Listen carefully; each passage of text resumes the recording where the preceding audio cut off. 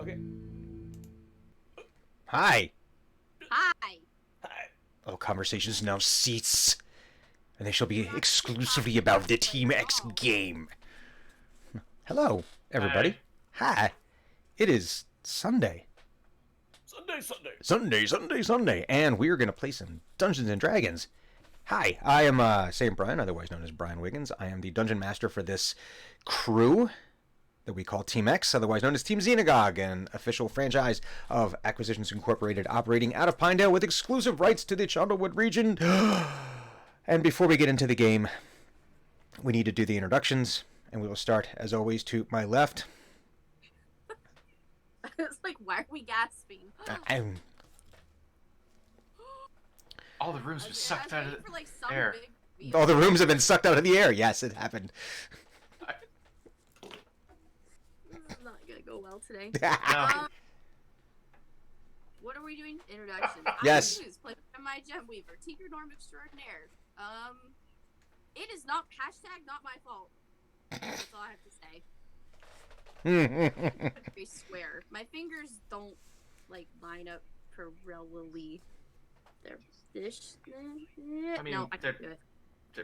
They're never going to because they pivot. I know, but Now, here's what you got to do. You got to do the these two and these two, Okay. because then you can get parallel like this. No, my fingers aren't long enough for that. I make a square. Well, Yeah, it's- I've got stubby fingers. It's stylized, is what it I is. have very small hands. Anywho, Continuing on. welcome to Dungeons and Finger Signs. No, This is West I was Side. just No. trying to do that, but all I'm really making is like a little diamond thing. Is this that target attack? No, wait, no, that's it right there. Never mind. Hi. I'm Viking Goat. I'll play Cynic Gentle Trunk, and we're all doing hand things now. And fun.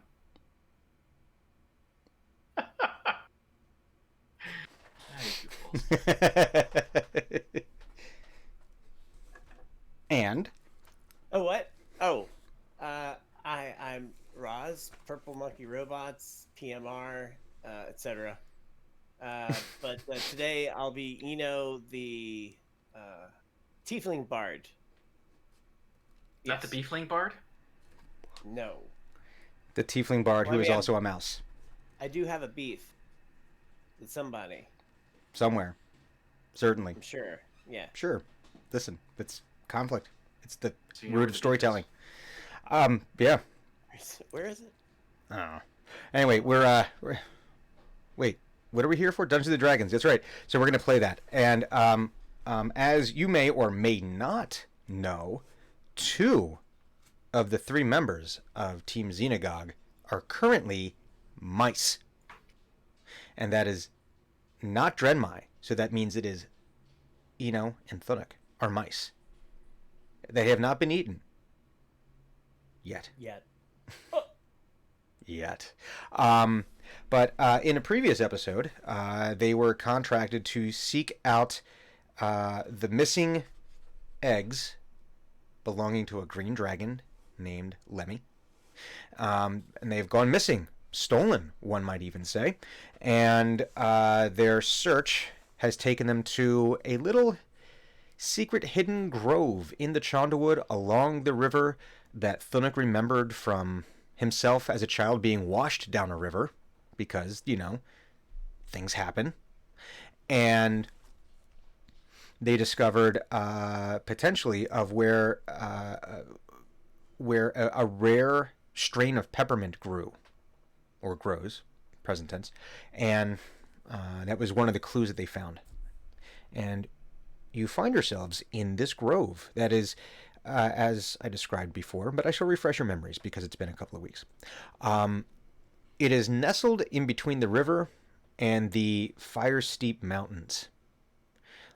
Very sheer cliff faces encircle this grove that is probably about, I've said about an acre or 2, and I say that or 1 or 2 because the measurements are just so weird I couldn't visualize it. So anyway, 2 acres thereabouts of indiscriminate size. And something. Yeah, there and here and here and here, and but it's at a portion of the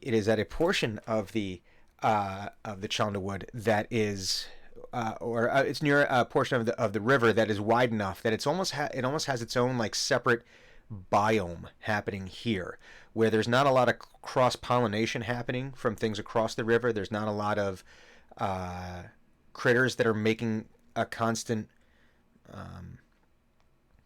trek across the river there. So there are some strains that are very specific to this grove, and it is pretty thick in terms of tree growth and plant growth because there's not a lot, nothing's really getting in there to eat away at it. It's relatively wild and untouched.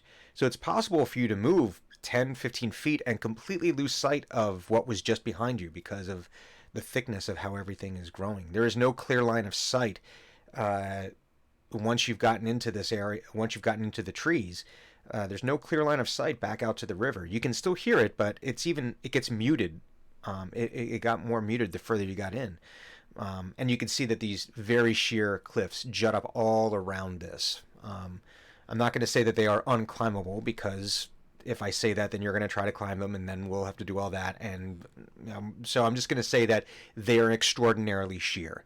There's usually you would figure that people generally wouldn't try to get into the grove from up top because of the sheer height of this. Challenge accepted.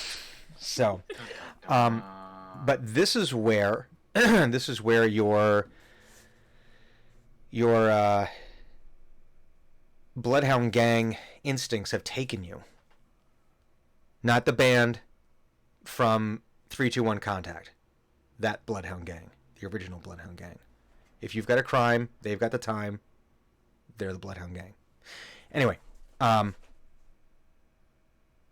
just going to stop. But you find yourself in this grove. You were able to find some of the peppermint that you were looking for. And I believe you found some footprints, but it was kind of difficult. They were kind of muddied up because it is a little swampy. Not necessarily impassable. It's not like just nothing but a slog of lose a boot type mud. But it is definitely... Think of the Princess Bride type. Where the ROUSs are. The lightning sand? Yes. Yes. Yeah, it's not that bad, but it is a little swampy. It retains water very well. Very fertile ground here. Many things growing. Architect's not gonna die. Trey's not gonna. Okay. Too many movie references.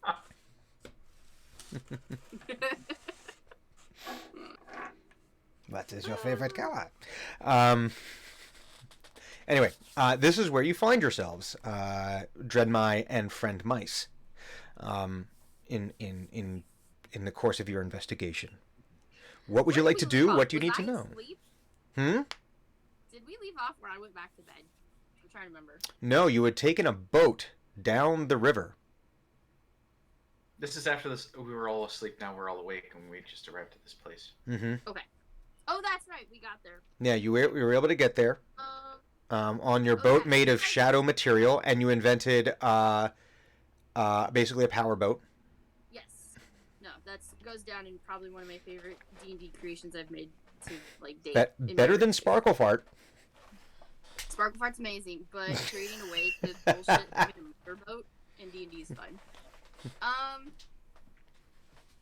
guess because I already did an Arcana check. Can I just do a general investigative check and see if I just notice anything weird about the area? What are you looking for specifically? I don't know, because weird can fall into a lot of categories. Yeah, I'm trying to think of if this is somewhere that they're gonna hide something, I'm gonna look for secret entrances or possible, a broken branch and they went that way. Tell us where are they, So which I would say you would have to. It's two different checks. So looking for any kind of secret entrances would be an intelligence / investigation check, whereas the other one would be tracking. So that'd be more of a survival check. Okay, I I will go with which are the bastard investigation. cousins of Arcana check.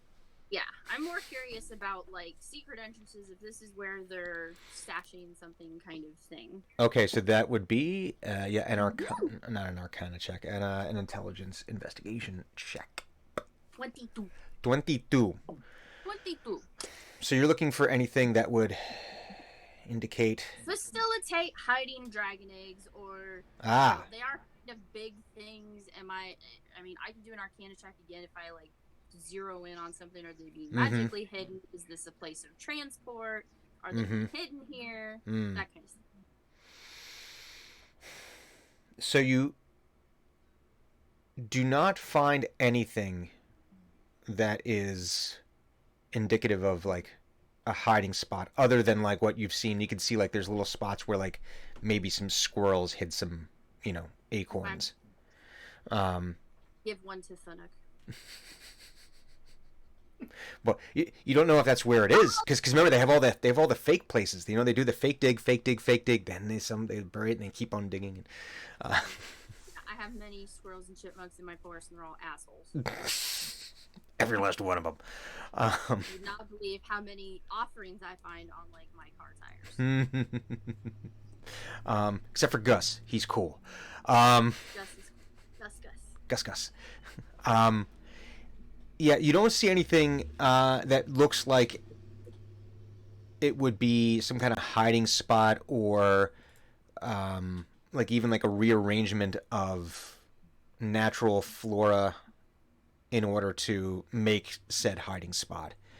The only thing, because you guys were in like one of the areas where the peppermint grows, which sounds like the title of a book, Where the Peppermint Grows. You're in that area and you're seeing that there is evidence of bipeds walking or had walked around in there at some point. Not to the point where you'd be able to necessarily track them, but you are seeing like during the course of this, you are seeing like, oh, here's a boot print that's kind of been filled in a lot, but it's not enough to be able to say, oh, I can pick up the tread off of this, but enough to say, oh, this is a boot print and it's bigger than me, and the other two are mice, so ergo. So then I'll toss one of the acorns at Thunuk, and then I'll toss another one. Just roll for damage. No, I'm not. I'll underhand it to Thunuk. I'm overhand yeeting it, the other one, into existence. I guess I'll start wandering the direction where I see the general trampling of foots. Okay. If I don't find anything of interest. Thunuk, do you catch? Well, are you gonna try to catch the acorn that was lobbed? Yes. I'm thinking like, is Thunuk also trying to track? Is he perhaps unawares that an acorn is hurtling towards him at deadly speeds? Well, she didn't like wing it at him with like a lacrosse stick. She did. I'm a mouse. I'm doing the little whoop, and it's probably not very accurate. And it's an acorn. Probably just gonna land in your general direction. I don't know if I'm necessarily doing it at you. Okay. So an acorn just sort of. A mouse in a grass field. I'm not gonna see you very well. I probably just see shifting movements, and it's like, oh, he's over there. Plop. Hold on. Let me roll this d4 and roll for trajectory. Odds that I'm paying attention to what someone else is doing. And evens, I'm not. I'm not. How do I roll for parabola? I wonder. Parabola. As far as I know, this is a gift from a tree. This acorn has landed near me, and I am like, thank you, friend tree.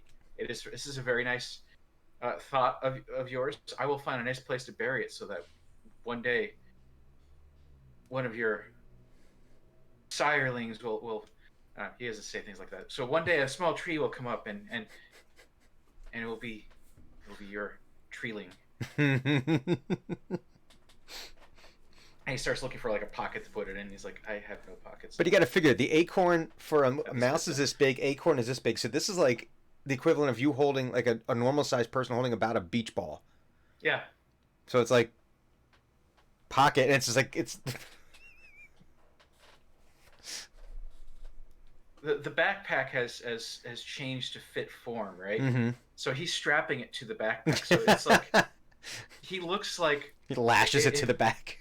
yeah. He basically looks like he's got just one more thing on top of him, and it's yeah. Okay, so you flashed an acorn on you. Drenmai is wandering in the general direction that she sees some of the boot prints going. Not Roz. Who's Roz? Eno. Eno has, I think you found some boot prints as well during the course of your investigation, so you might be wandering in about the same direction. Thunuk, are you following along, or what? Yes. Okay. And I will extol the virtues of the tree that has given me this quest to Side quest. Hang on, we got to write this down. Keep track of side quest. Plant Side quest. seed. Plant acorn. All right. I imagine that when I saw Dren, like probably maybe looking at the same boot print or whatever, that I jumped up onto her, like her leg, maybe like try to dip into one of her pockets. She has many. Yeah. So I just try to find one of the pockets. All right. And then This one has. Hang on. This one is filled with sawdust. So I put my nose in and I just little mouse. this cloud of. See a little sawdust come out of my pocket, like, oh, that's new. I think better of it, and I just sort of like get up onto her shoulder and I go, and I like obviously I have to use the thing, and I go, so you see the boot prints? Yeah, I figured this is the only thing in the area, so we might as well follow this. Water. Squeak, squeaker, squeak, squeakums. Hey, Sonic, we're gonna follow the boot prints. You want to come? Goes to his response. Yes. I've been given a holy quest, by the way, at this day, just so you know. I must plant an acorn. So keep an eye out for a good spot. Okay. Okay. Right. Any scampers on behind him. I need survival checks in terms of your tracking. Oh, am I good at that? Probably not. Nope. Air. No, that's a 2. Air. 14. You got a 10. So Dren and well, let me ask this question. Thunuk, are you like just on your own tracking them, or like completely invested in this, or is it a case of where you're kind of paying attention to them as well? No. I am trying to catch up with them because I have tiny little mouse feet, mouse legs. I realize mice can be pretty fast, but there's underbrush, and I'm losing sight of them every so often, and so on. Yes. Well, it actually works out to your advantage because Drenmai has no clue where she's going. Drenmai, you very quickly lose the trail. It's like footprints and I don't know. What are you doing? Tracking? Do you know how to do that? Nope. Nope. I found feet. I know people have feet, and that's it. You're able to kind of direct her a little bit from the shoulder, like every now and again when she really starts getting like no. But even then, you're having a really difficult time tracking where someone might have gone. Thunuk, you're having an easier time with this because you're looking not only at where footprints might have been, but you're seeing evidence of people walking through this relatively untouched, untamed area, which is most of the Chandlewood, but this a little bit more than most. So you're actually seeing the hint of a social trail that has been formed, which for those who are not in the know, social trail is like when you see they have like the main trail. Social trails are a lot of times they're formed by deer or creatures that are going through the woods in a specific area, and the underbrush is just a hair thinner, and you can kind of see a trail, but it's not really it. Sometimes from people also just like cutting over in a different direction, that'll happen too. But so you're seeing the formation of something of a social trail that's leading in a different direction, completely different from where Eno and Drenmai are going. They're starting to appear a little lost. So, but you're able to see that this is leading in a different direction as it's winding around the trees and around bushes and thickets and whatnot.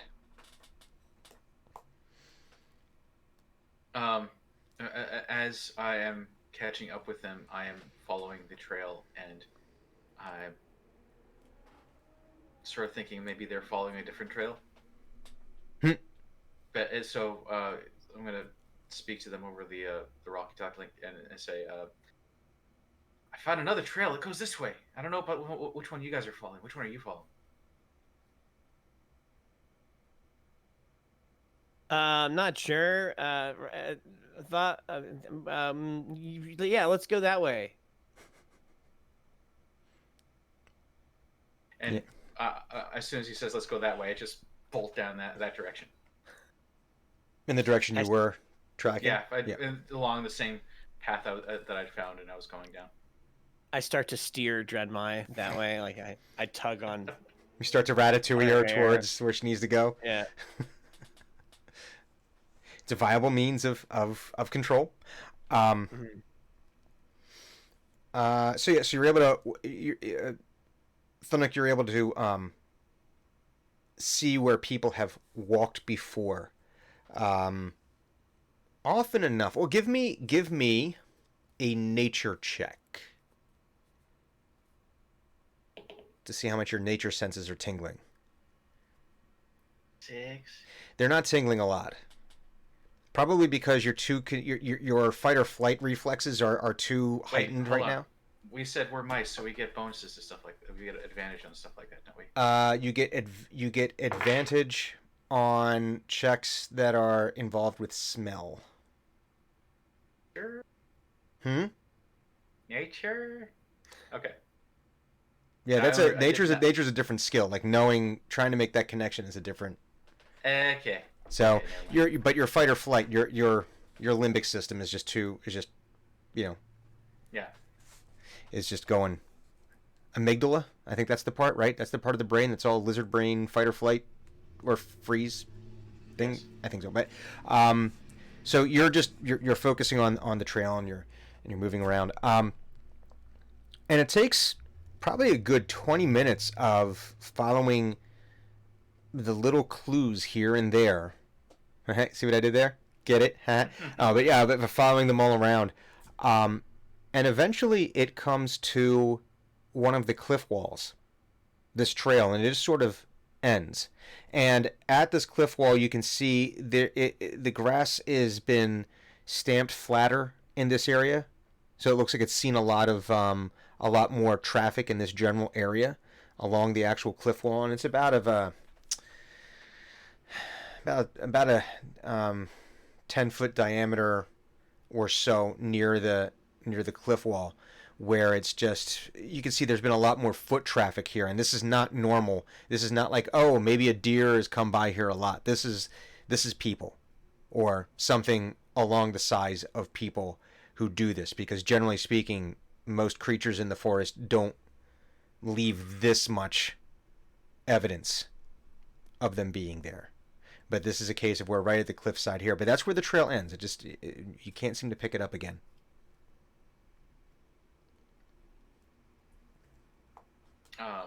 I start basically like scampering around the cliffside. I'm like, it's here, it's somewhere here. This is where they went. Maybe they went up the cliff. Maybe they walked along the cliff. Did they go into the cliff? Are they the cliff? I would like to help Thunuk in his nature. Okay. In what manner? I'm not good at it, so I'm not even. Dren is anti-nature. Yeah. So, I I'm going to try to figure out if there's any traces of other plants near where the trail seems to end. Like, is there any fragments of other plant life around there? Gotcha. Like, indicating that they've come from somewhere else. I will allow for so you're seeing like plants that are like out of that aren't like from that immediate area. Yeah. I got you. Yes, that would be a nature check. Let us get that nature check and see what we will see. I'm not even gonna bother with bardic inspiration on a 1. Oh no! That'd be a total of a 4. So I have to use some of my dark inspiration now. Dark inspiration.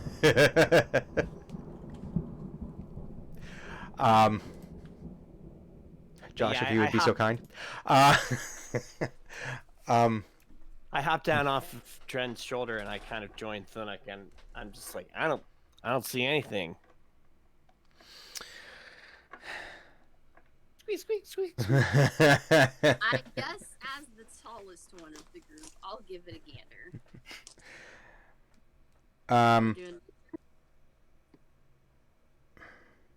Oh boy. So you Oh wait, I'm good at nature. Hold on. Well, during the course, I'm gonna before we get to that, before you before Dren does her thing here, as you're like doing your little investigation, trying to find some of those plants, you're like investigating one plant, trying to see because you think you might see something, and you're like trying to like kind of crawl over, and then the leaves of the plant that you're currently like near and kind of on suddenly start folding up around you. And you feel as though you're starting to become encased in these leaves. And you feel like they're actually, and it's not like, oh, and you try to shrug it off a little bit, but they're actually like trying to actually close up upon you. I immediately cast Tiny Hut.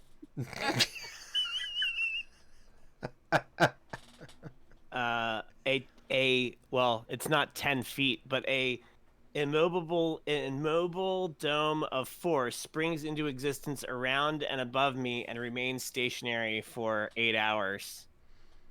And it has so is it big enough to keep the thing propped open?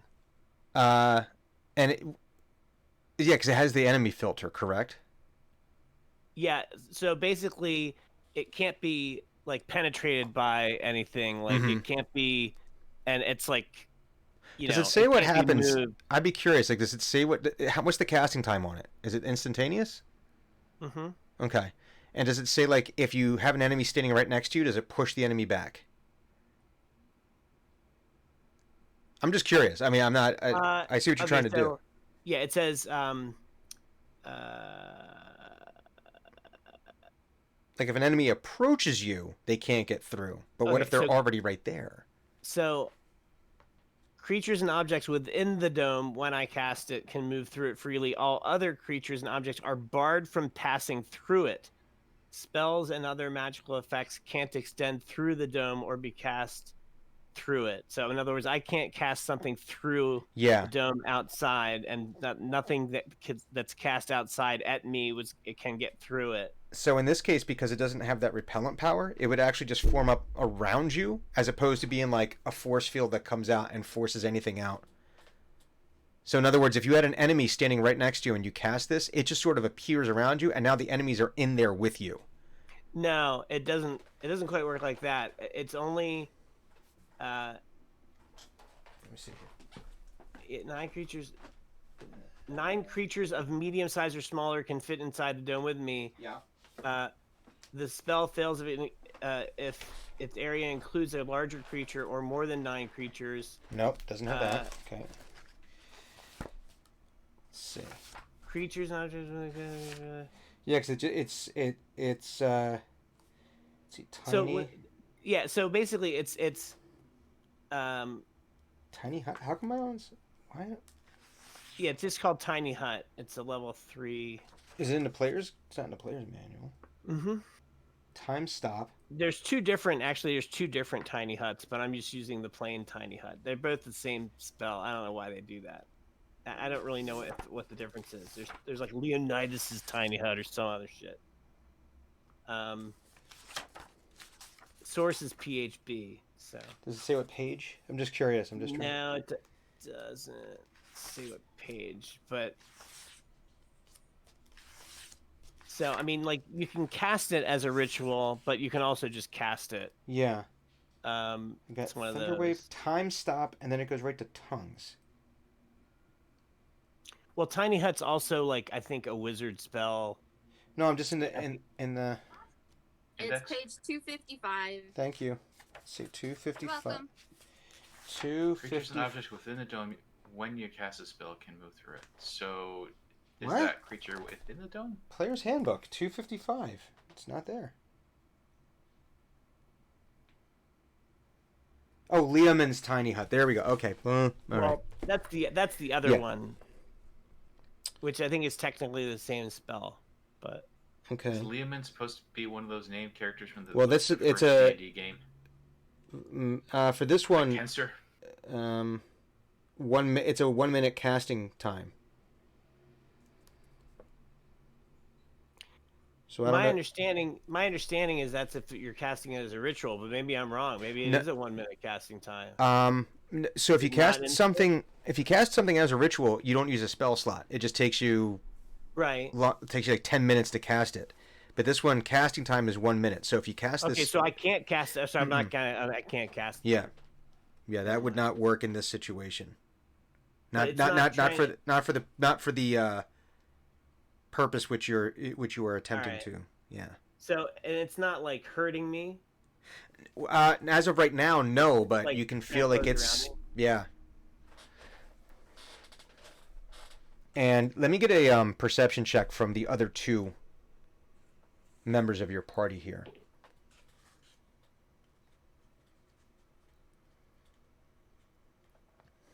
Dirty 20. Dirty 20.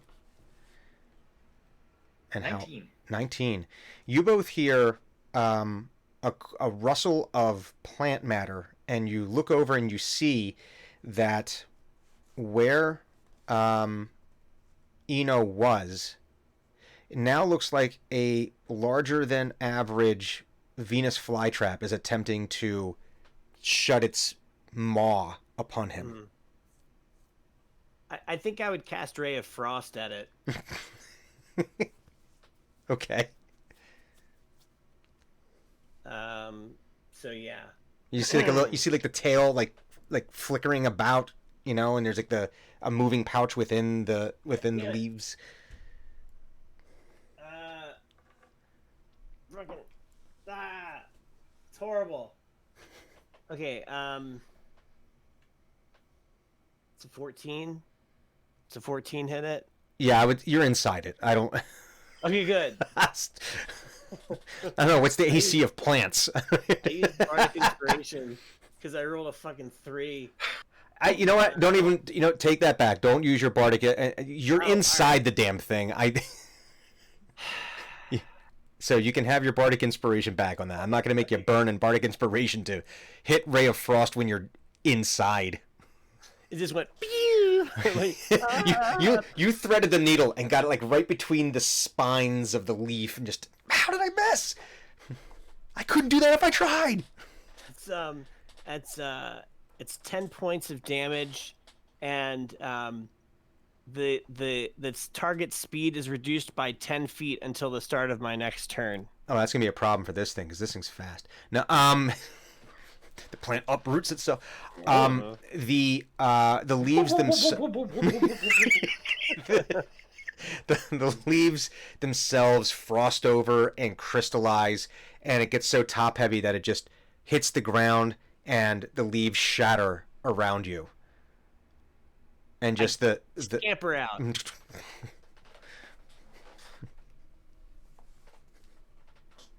There you go. But you are not successful in your search for plant matter that was not from the immediate vicinity. And that's what you get for rolling a 1. So stop that. You knock that off. I say, what the hell? Do you guys see that? Tried to eat me. That was a very, very large bug-eating plant. I've never seen one that big before. Are we? When I realize what's happening, is that I start looking around. Are there more of things like this around here? Like unusually sized carnivorous plants. Russes. That would be perception check. Russes. Plants of unusual size. No, that could go so wrong. That is a I know. dirty 20. That's why I was very careful with the way I said it. It's a whole different kind of dirty 20. Yeah. You with a dirty 20, you are able to you do your quick scan, and you're able to pick out the. I guess they wouldn't be called Venus flight. Well, no, because they don't really deal with the Greek pantheon, so I don't know. If they're we probably just call them fly traps, and if they're this as big as a mouse, they're probably just now mouse traps. Well, these are the bigger ones because again, we're on the other side of the river here. Mm-hmm. So it'd be some kind of fly trap. You were able to kind of pick them out and like, oh, yep, there's that one, there's that one, there's that one, and they are bigger, so they are enough to. Not necessarily just like completely engulf a mouse, but they're big enough that if triggered, they could potentially try to glump upon the mouse. And they do appear to be of a stealthier variety. Most of the ones you've seen tend to have that bright red maw in order to draw prey in. These are more the same color as the brush around it, so they're more of like a ambush predatory plant, waiting for you to get in there in order to relieve you of your moisture and juices. Interesting. Well, that's what they do. So I get on the Rocky Talkie and warn everyone that we are surrounded by very large trap plants. They will eat us. We should be careful. And are they like in our way of going where we need to go? I mean, they're like they're around this tramped down area, and they're not. It's not like they've made a hedge of these things, but they're around. It looks like they are pretty naturally occurring.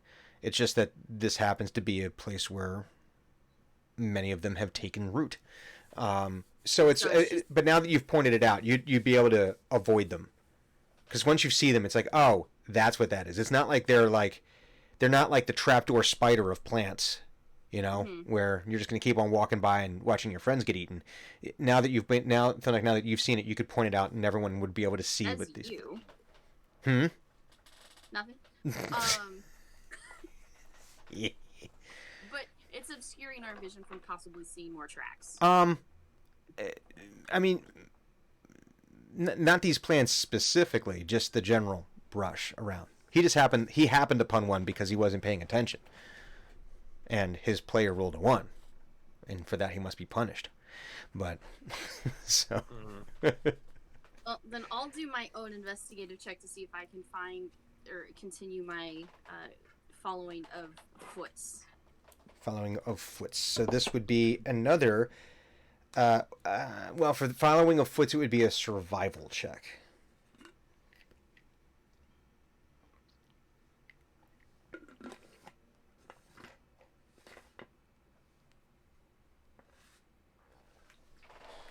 $16. 16.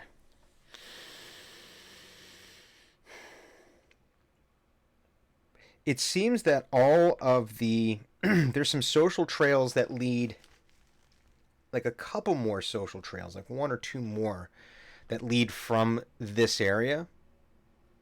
But it seems that they're all ending up in this area too. You don't know whether this is the start or the end or whatever, but you can see there's like evidence of some social trails, but the one that you three tracked to this spot seems to be the most traveled of all three. Not so much, so you're not seeing so much as footprints as much as just as evidence of something traipsing through the area.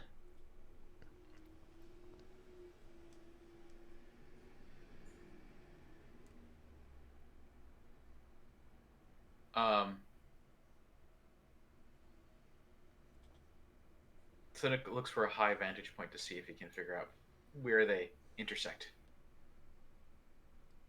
Where the trails intersect? Yeah, they're Well, all they're- going roughly to the same place.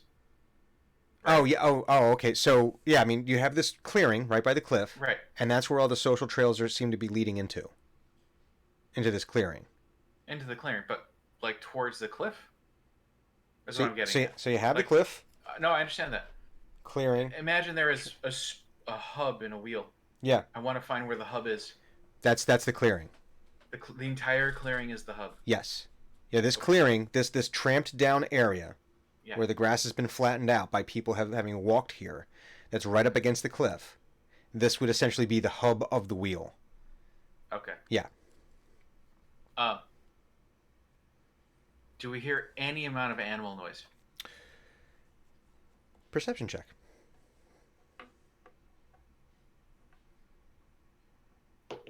And for this, I would give you advantage because mice, I think, with those ears would have to Good, have because I hearing. just rolled a 2. I'm gonna try using the D&D Beyond dice ruler. Oh no. Oh, that was a lot better. 16. 16. You hear the normal, what you would interpret as the normal sound in this area. You're not hearing like the silence of humans, or you don't hear the silence that is indicative of like a predator in the immediate vicinity. It is a little quieter in your position because you have Dren right there. Mm-hmm. And Dren is not a subtle presence. So in the immediate vicinity, but that's your instincts tell you this is normal. The sounds that you're hearing around you. I climb to the top of Dren and shout in my loudest mousy voice. It is safe, friends. We're safe. She is a safe thing to be around. We need your help. Could you help us? Just to see if there's any other critters out there who understand mouse who would be willing to come down and help. Persuasion check. I really hope I'm not calling down an owl on this. 12. 12.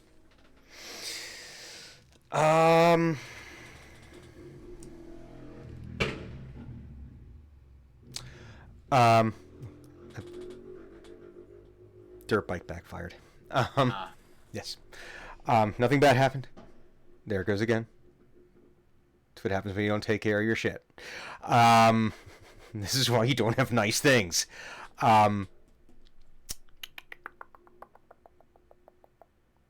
It gets a little quieter as you speak. As you squeak? As you speak. And then the sounds kind of return back to normal. Not really hearing much of anything in terms of like, no one presents themselves. There are no creatures that present themselves as a potential ally or source of information in this particular situation. I invoke the 4. You invoke the 4? I don't pray to the 4. I start shouting again. Hi, if anyone care to help a cleric of the 4, they've sent me on. I'm supposed to help with a dragon find their egg. Someone stole it. Now, is this the power, or is this your attempt at persuasion? This is me shouting as a mouse. Just persuasion. Okay. Let's get us... Actually, do I have the... No, channel divinity is not a thing I would... Divine intervention is... Okay, I do have one, but no, I'm not going to use it right now. Give me another persuasion check, then. Persuasion. 21. Oh. Got a 17. Oh. Hey. Hey.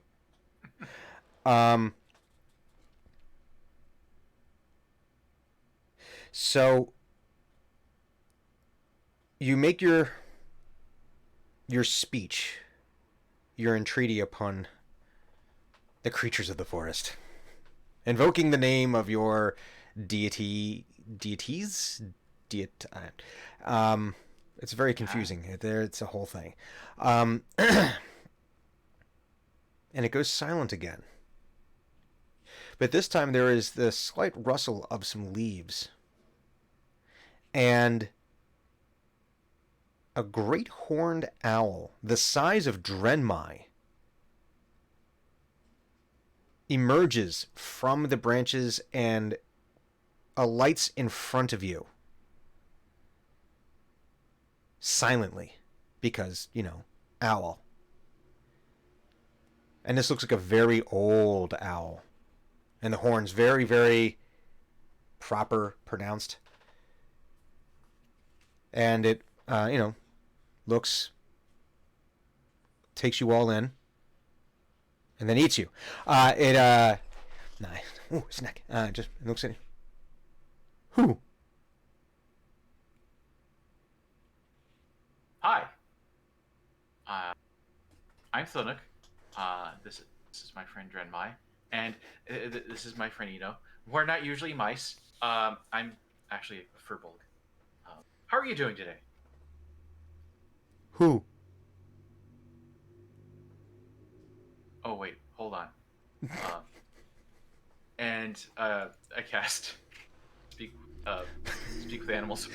Before we get into an Abbott and Costello routine, which would be fine by me, but I'd like to think that by now, Thunuk is aware enough that he's like, oh wait, I can't. He's not saying a word in common. Or mouse. That's clearly something. Does this mean that all of us understand, or are you guys just gonna be squeaking and hooting at each other, and I'm gonna be like?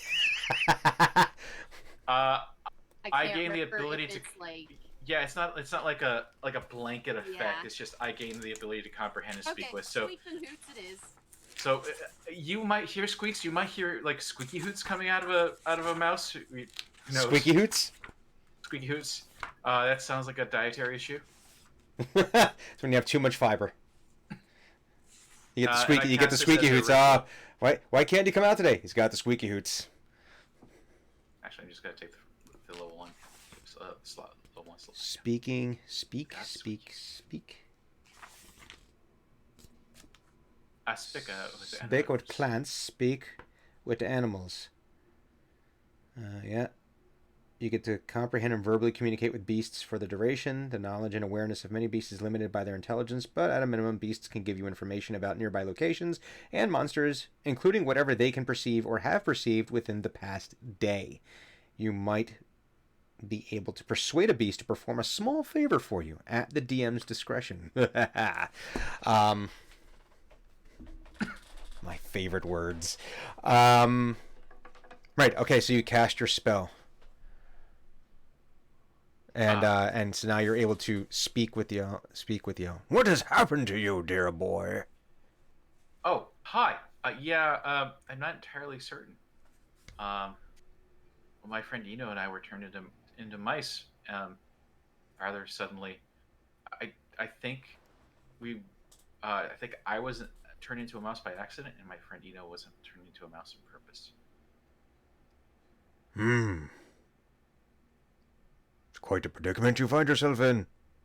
It is. It's also very enlightening. I've never been this small, ever. Well, beware, boy. For right now, you are a tasty snack. Well, okay, no, I'm not sure I appreciate that, but I understand. I appreciate the warning. The beak smacking. I'm not sure I appreciate the beak smacking.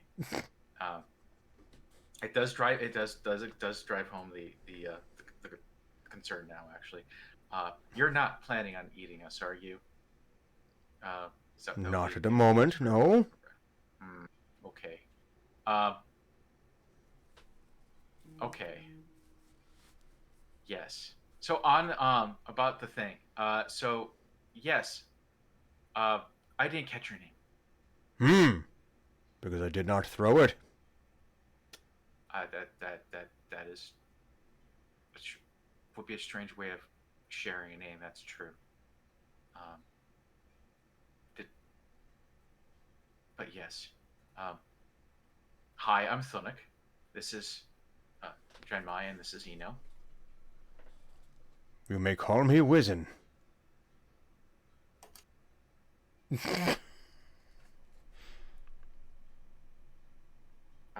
Thank you, Wizen.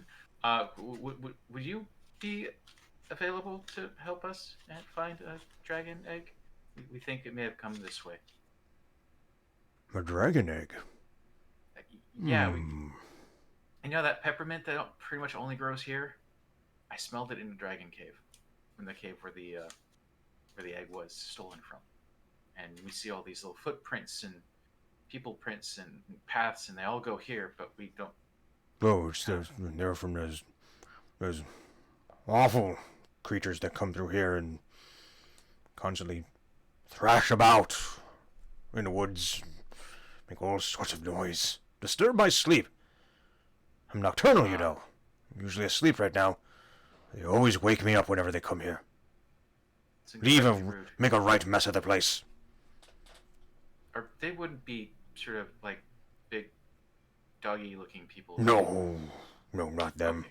Okay, good. No, they don't come here. They would have to cross the river. That would make them clean. That's a good and they abhor being clean. No, these are humans that come here. Yes, humans that are just completely disrespectful. That's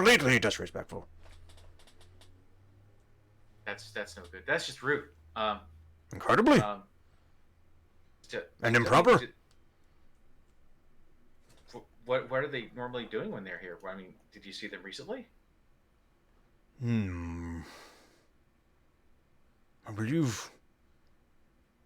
Yes, they were here yesterday. Stomping about. Ripping plants up willy-nilly. They do that quite regularly. That's no good. No. They never plant new ones. That's very much not good. And they wake me up. Entirely improper. Do you know why they keep coming here?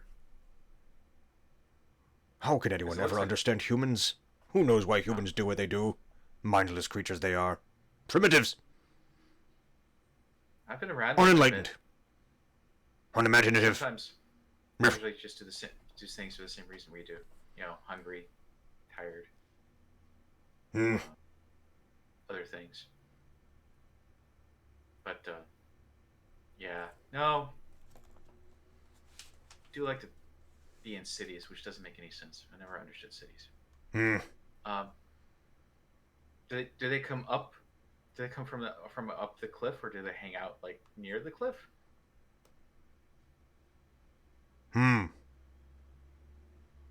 They always seem to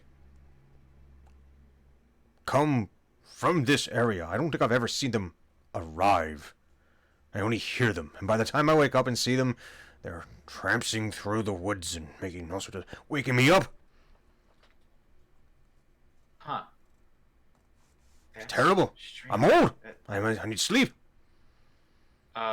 Yeah, that's rude. That's no good. They're not natural. They're being bad neighbors. They're not even neighbors. I don't think they're from around here. They don't smell like they're from around here. Huh. Okay.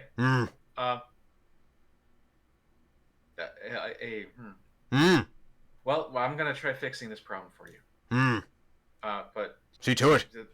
But this is where they're usually at, right? Yes, right here. Yes. Okay. This is where they congregate here, and they speak loudly. Yes. Okay. It's not good. No. All right. See to it, tiny Fearbog. Yes. Yes, sir, Mr. Wisenholt. We'll fix Yes. it. Mm-hmm. Take care of this. Yes, please. I would be most appreciative. I must go back to. Okay. I must go back to. I need a nap. I am very tired. This has been all very tiring and very trying. Well, thank you for your time, Mr. Wisen. Sleep tight. Yes, thank you. And we could tell your friend the greasy one here and the other snack. Fine. And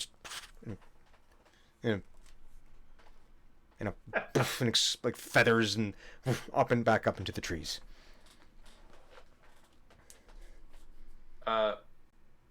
Okay, so what he says. Quietly! I'm trying to sleep. Yeah, I unplug my ears because there's been nothing but squeaks and hoots. I very quietly speaking, he's trying to get back to sleep, so we have to be quiet. But what he says is, a bunch of humans like to hang out here, and they make a lot of noise, and they're being very rude, and he cannot sleep. So they're mostly here during the day. He hasn't seen them since yesterday, so they're probably going to show up soon.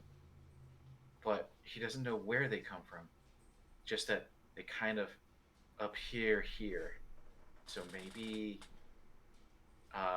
they just poof into existence here, or maybe there's like a secret passage. Is there like tree line or some such What do you mean? where we could hide? Mhm. Actually, it could be a large bush. 'Cause Yeah, for all of you, yes. It doesn't even need to be that Okay. large. Yeah, A small hedge. seriously. Yeah, there's ample opportunities to hide, should that be a direction you would like to go. Well, if I'm being told that humans took it, they're gonna come here. That's our best bet. We have to wait for them to show up, basically.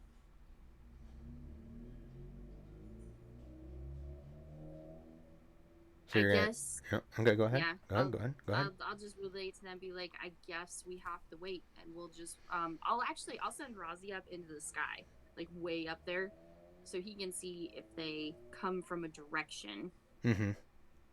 and then if they just appear, we'll be hiding. I don't think I have anything that's like a concealment for everyone. Now we're So we- mice, so I think whatever conceals you conceals us. Yeah. 'Cause I don't think I have anything that'll. It's an economy stealth. Yeah. I mean, technically, I could blink, but that would just mean we're going in and out of the planes. And we established last week, or 2 weeks ago during Table Talk, that could be a really bad thing now. So yeah, we'll do hide in the bush and Yeah. lay in wait, I guess. So I can cast Pass Without Trace Mm-hmm. on Dren. Really, it emanates from me, Mhm. right? So if we want to do stealth, if we want to be stealthy, we can be stealthy in the bush. So I'll be like, are we? What are we gonna do?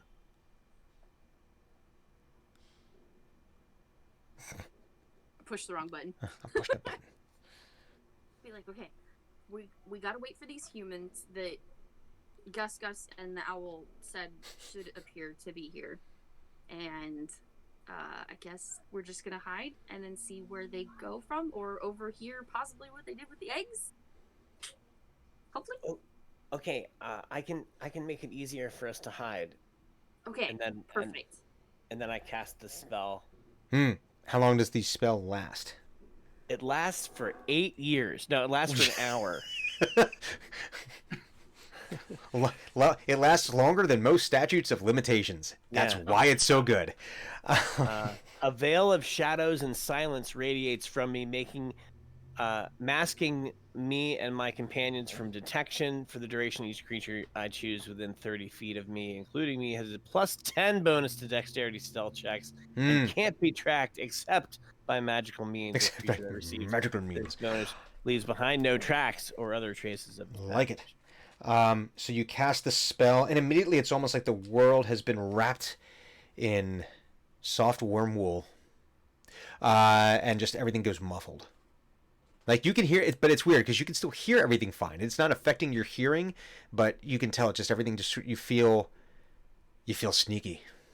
So Drenmai, I'm assuming that I'm gonna make Drenmai do the stealth check in terms of hiding because we've said that you're mice, and if Dren's able to do it, I'm just gonna go ahead and say yeah, for the sake of what you're doing here, hunkering down somewhere.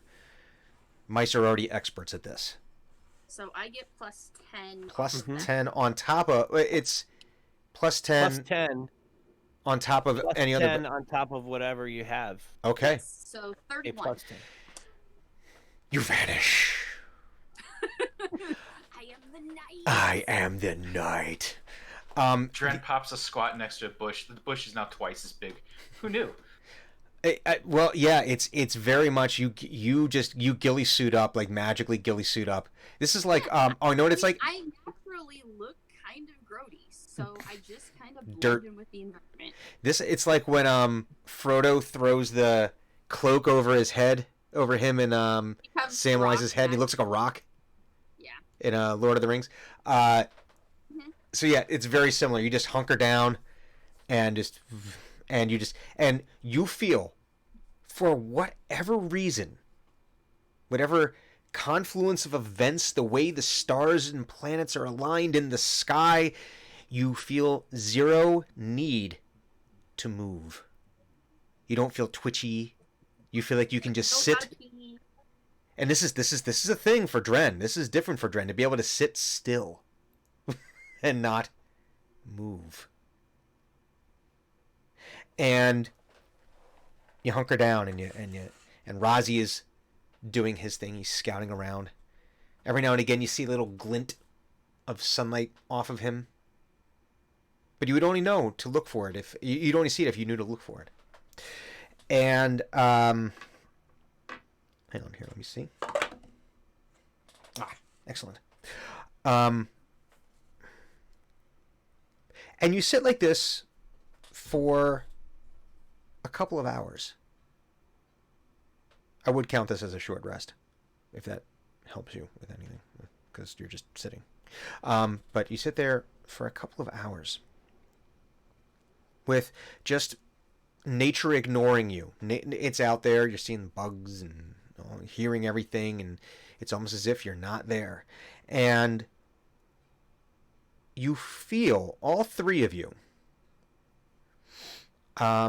feel a sudden and not overly powerful, but a sudden spike in arcane power. And where, there's always a general kind of static in the air of, especially in the Chandlewood, of magic sort of, free-floating, artisanal, fair trade magic just sort of floating around. But this, you feel like the working of something. And you see, on the cliffside, runes begin to illuminate on the side of the cliff. And then the outline of a door appears. And then within that doorway, it looks like a sheet of almost like dark water coming down over the cliffside, but only right within that specific area of the outline of this doorway shape. And from it emerge three cloaked figures who all appear human. They all appear like shorter humans, and all with their hoods drawn up. And they enter into this clearing, and one of them waves their hand at the door, and the portal, the glowing seeps back out of it, and you feel the working of the spell end, and you see three humans now standing in this standing in this clearing, and you can see they have these gray robes on with the hoods, and they've got, it looks like, satchels hanging at their sides. And they begin to make a start to go into head for the different social trails. To look, they're going to head off into the woods, into the grove. And they do not see you because two of you are mice, and Drenmai rolled a 31 on with help from on her stealth check.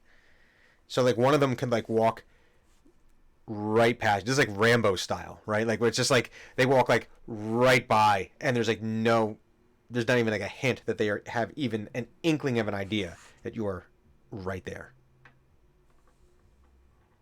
They split up? Yes. Or they? Oh, okay. So yeah. They're each going. There's three of them, and they each go into a different direction.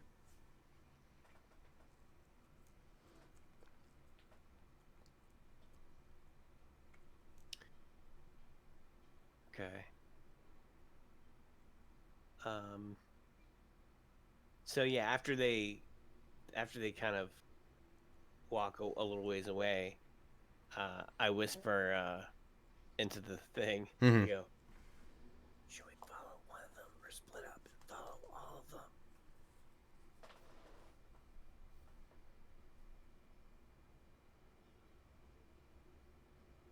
them? Did either of them look bossy? In chargey? Give me an insight check. I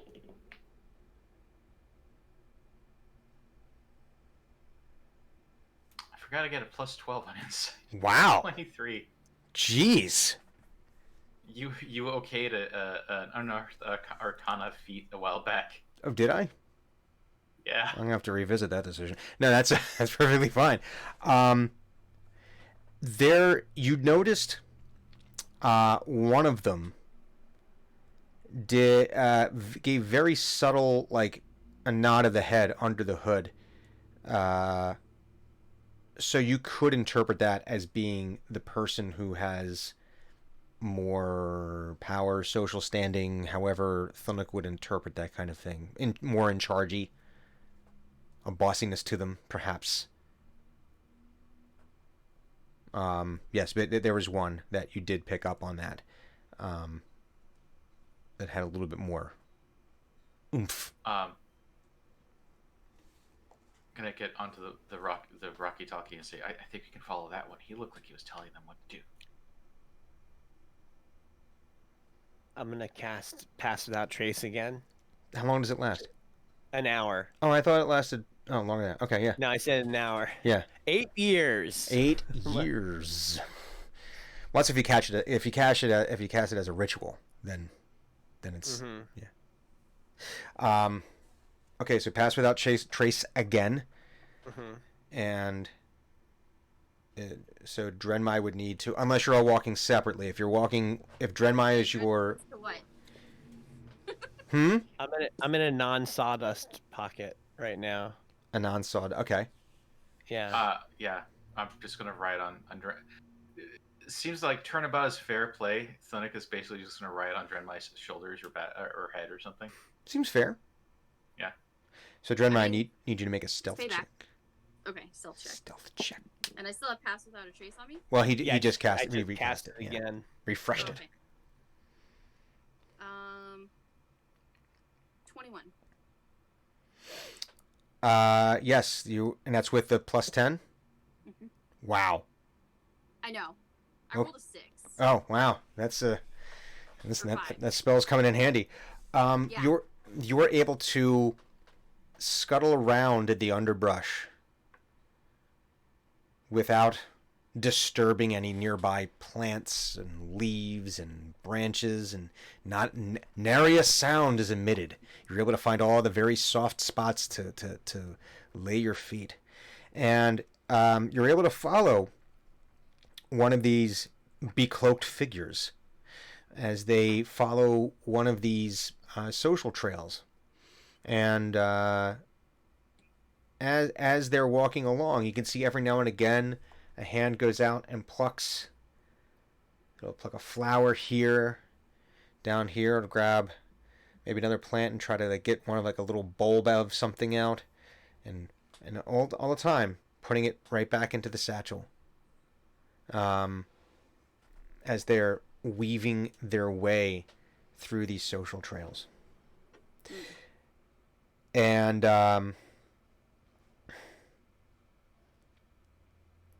they excuse me, and eventually they get, you follow them for about 10-15 minutes. Difficult to say. You lose sight of the sun a few times. The canopy gets to be very, very thick. And he eventually, or they eventually get to a tree, and they pull out a small dagger. Looks very much like a like one you would use for like on a cheese board. Like very, very tiny. Like not you know, I mean, listen, if you stab someone with a sharp piece of metal, it's going to do damage, but this is not like it doesn't look to be like a full on like a utility knife. Yeah. And they start scraping. It looks like they're scraping lichen off the side of a tree. Just and then getting some of the bark in there too, and they're collecting. And as they do it, you can see they reach up, and the hood falls back. And here you can see it appears to be a boy. A boy who is early teens, maybe. Still has the chubby cheeks and baby fat. But you can see that they're up and they're scraping lichen off of the side of this tree and trying to collect it as they do so. And then after he collects some of it, possibly the amount that he wants, he then turns the knife and he starts carving a rune into the side of the tree, into the actual trunk of the tree, the side of the tree, the trunk of the tree. The tree does not have sides. It is round. Can I do an Arcana check to see if I recognize the rune he's carving in? Yes. Enough in that. Let's see. Would that be a history check For what? to figure out what the rune is? Mm. I'm going off my book creds.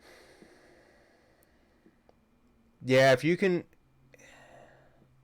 Yeah, I guess it depends on the way you're going to approach knowing it. If you're going to try knowing it through through magical means, then that would be Arcana. But if you're thinking that you might have, if you have some book learning that might have helped, yeah, then I'd say you can go with some book learning. That would be. Well, I rolled a 2, and then +5, and then I got a 2 on my bardic inspiration, so I got a 9. You don't know what the rune is.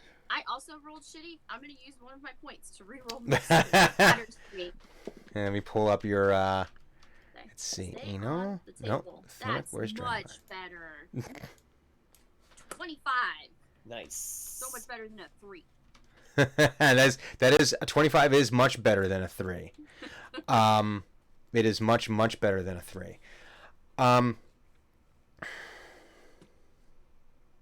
So this rune appears to be of the northern variety, a northern varietal of runes.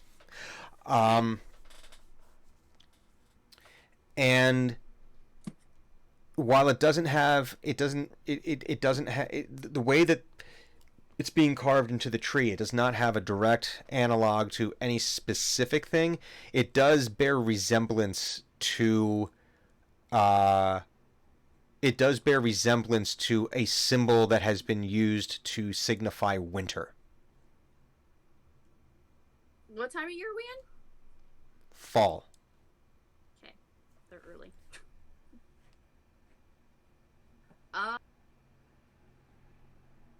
Do I see a point of him carving winter? I mean, like, a reason why? Like, is there, like, I know why this symbol would be carved in... That would be a wisdom check. That would be... Wisdom. Fucking suck at wisdom. Dumb stat. Nah, nothing really comes to mind as to why That would be. I'm book smart, not street smart. I mean, knowing that it's winter literally tells me nothing, so I'm not gonna relay it. How many people do I see? Just this one? Just this one. There were 2 others that came through the gate, but they went in their own separate directions. And I take it I don't see any dragon eggs. No, I mean, no. Listen, if a dragon egg's gonna be pretty big. Yeah. Kind of tough to hide under even robes like this. You're relatively certain without even like doing a roll. I could say just looking at them, there's no place for them to really squirrel mouse away. Yeah, an egg away. Yeah, because even like listen, these eggs. This is not a nature's pocket situation. So this is you got to find some place to put them, and they don't have anywhere to put them.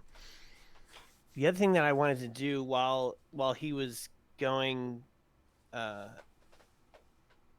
this tree, while he was on the way towards this tree, Mm-hmm. what I wanted to do was try to figure out what he was picking, like what things he was plucking off of the trees and stuff. Like nature chick, please. Nature chick. I've had some experience being in the woods Mm-hmm. in my wandering around. Jesus, holy.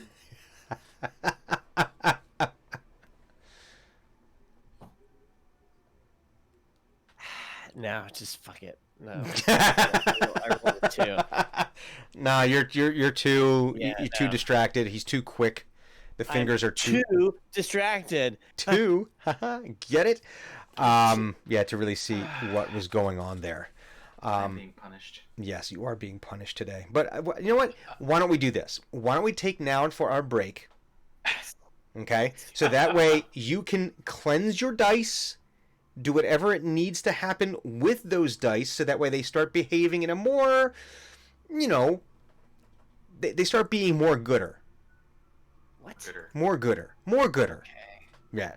And then we'll be back in just a couple of minutes where maybe there will be more gooder rolls, or maybe not. I don't know. But there will be more Dungeons & Dragons in just a couple of minutes. So everybody, stay tuned. We'll see you soon.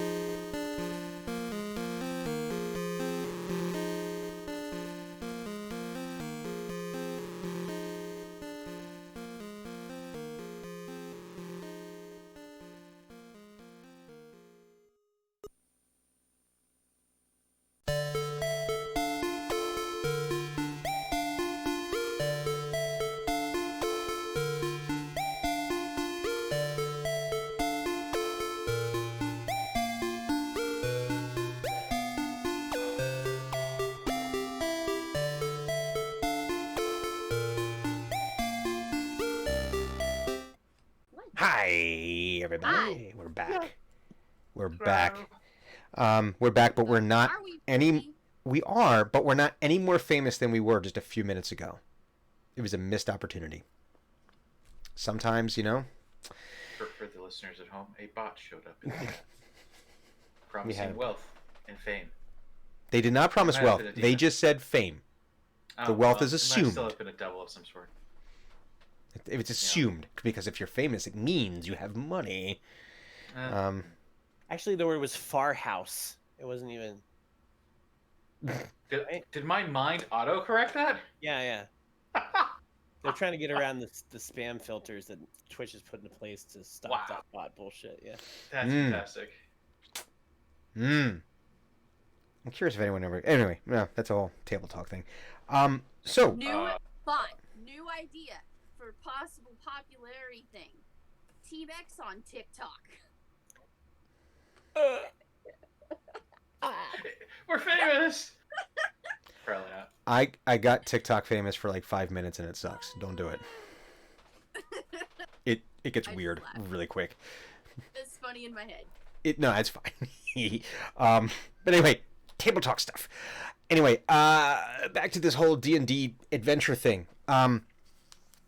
So you had set up I don't want to say an ambush, a stakeout, right? You set up a stakeout to see who these potential perpetrators might be, who smell of peppermint, in this grove, in this hidden grove, in the Chandlewood, and 3 becloaked figures came out of some kind of portal type thing out of the cliff wall. They all scattered and went their separate ways within this glade, and you followed one of them, the one that appeared bossier by Thunix. In charge here. In chargier. The one who looked in chargier due to Thunix being a savant, apparently, when it comes to perceiving and having insight into people's social constructs based on body language. Because I said yes to something many moons ago. I think you said yes to it like when I got to take my first feat ever. There we go. That might be it. I'm not even sure if this thing ever made it out of UA. Was I drunk? No, I wasn't. No, I definitely wasn't. But anyway, this is what happens. You followed the in chargier one, and they were grabbing plants and flowers and things. They were collecting lichen, and it's been revealed that it is a possibly teenage boy, somewhere in that weird tween. Is that what that is? Like the 12 to like 14 range? Is that tween? I don't know anymore because I am old. I am not hip, nor am I with it. I never was. Anyway, that's where we are. And we do know that Raz tried to disinfect his dice. Eno tried to determine what those plants were. He's not having luck with plants today at all. One has tried to consume him already. But this is the game we're playing. So this is where we find ourselves right now. You still have Pass Without Trace on, so Drenmai, your mode of transportation is doing a sneak, and you are still hidden from the boy who was carving a rune into this tree that appears to be something akin to a symbol that has been used for winter, though this is not the exact same symbol as because apparently Drenmai's got some book learning. She got some book learning when it comes to runes. Although I guess that would make a lot of sense when it comes to like artificing things, right? When it comes to Well, yeah, I collect all kinds of books and stuff, so I can learn new technology and all kinds of stuff. Yeah. So books are very much in Dren's wheelhouse. and seeing as how runes are kind of like technology, it's like it's a coding, right? It's Oh yeah, if it's a puzzle, she likes it. She's probably like a really good expert on ancient ancient languages. Just because you could probably make some like really good notes that nobody else would be able to read. as we've said before, Drenmai is Entrapta. Yes. She is Entrapta. Sounding a lot like Full Metal Alchemist notebooks. Oh yeah, that's right. I forgot they did that. That was very cool. That was a very cool thing to do. But anyway, that is where you find yourselves right now. Finnick would like to know: does this young child ask permission from, or do any of the courtesies to the plants? Let alone when he carved that rune into that tree. Did he ask for permission from the trees? Yeah. No. Did he do any of the niceties where it's like, No. There is.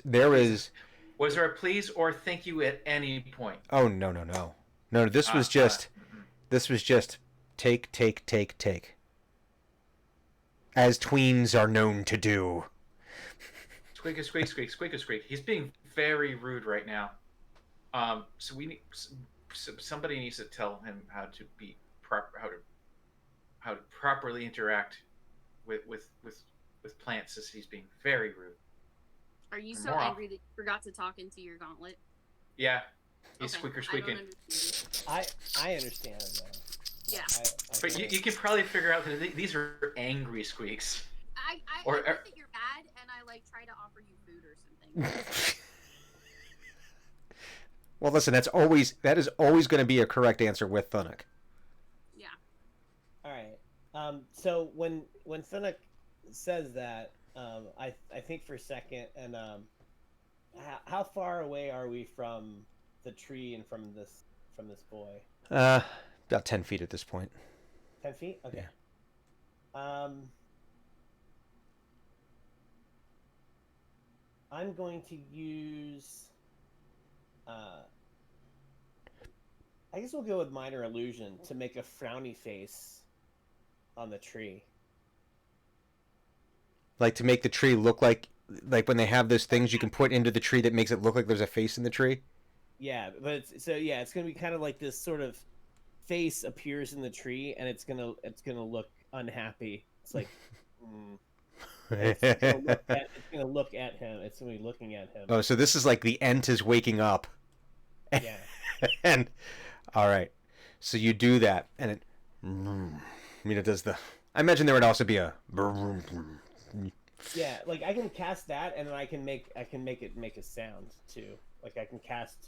I think I can just use minor illusion again. Yeah. It says I think this is the one you can do up to 3. Or is prestidigitation the one that can also make a sound? Prestidigitation. Yeah. Yeah. Yeah. So I do minor illusion, and I make the face, and then I cast prestidigitation, and I kind of make this like sound. It sounds like it's coming from the tree.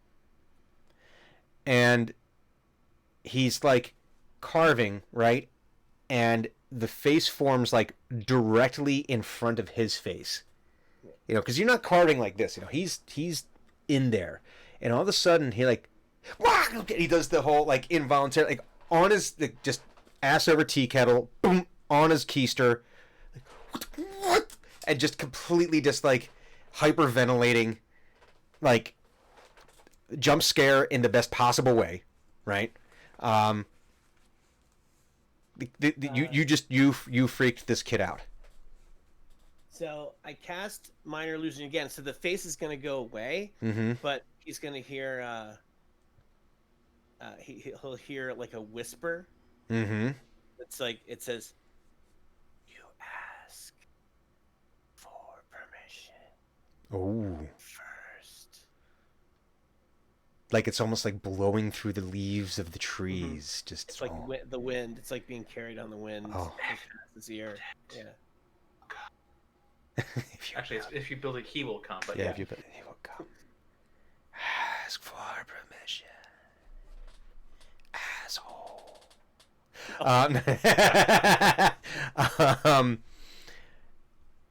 You see like the blood drain out of this kid's face, and he like scrambles up really quick and like starts booking it back down the social trail where he came from.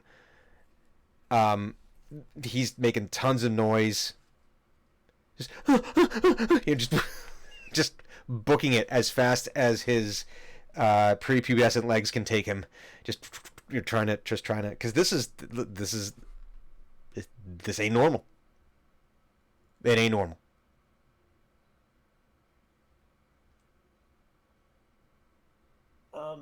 Is that like what you wanted, Thunic? Is that okay? Yes, please. Thank you.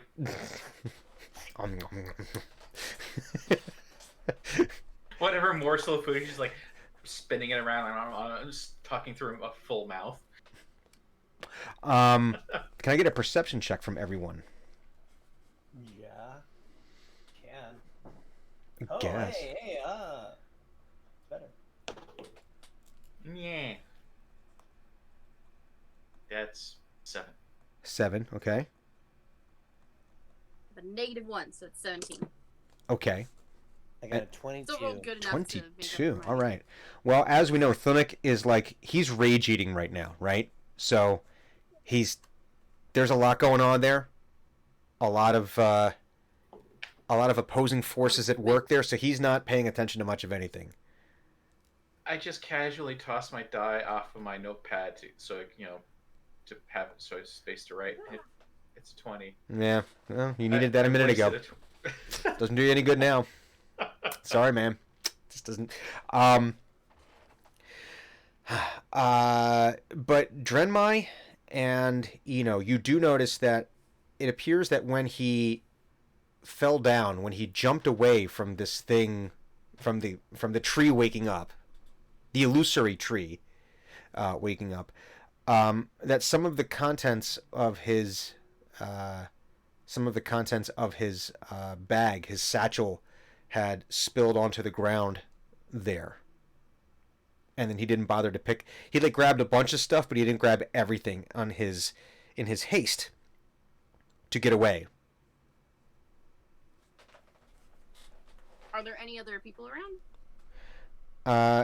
Not in your immediate vicinity, no. You do know that 2 other people came through the gate with him, or whatever this portal was with him, but right now you remember this is so thick that they could be 15 feet away and you wouldn't be able to see them. There's really no good sight lines anywhere.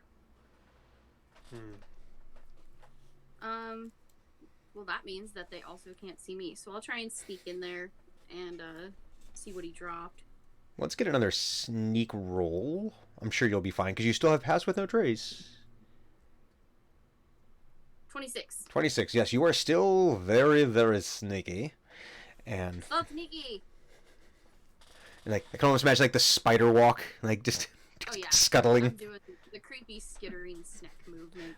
It's like the ring walk. It's just, all right. Not pleasant looking. I've got the sound effect in my head now for the skitters and like. You're welcome. So you okay, so you sneak over and you see like and it's pretty tall grass here.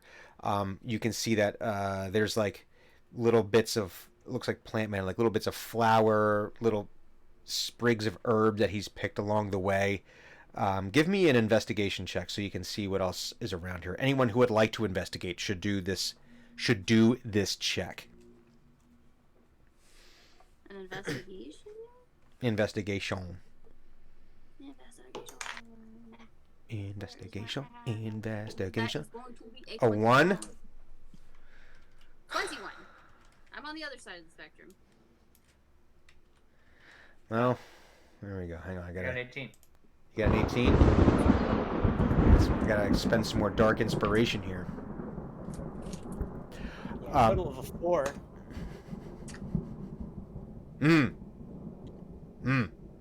Yes. Okay. Okay, well, those of you who are investigating and did not roll a 1. I'm not saying who. I'm just saying those who did that. I'm naming Ra's names.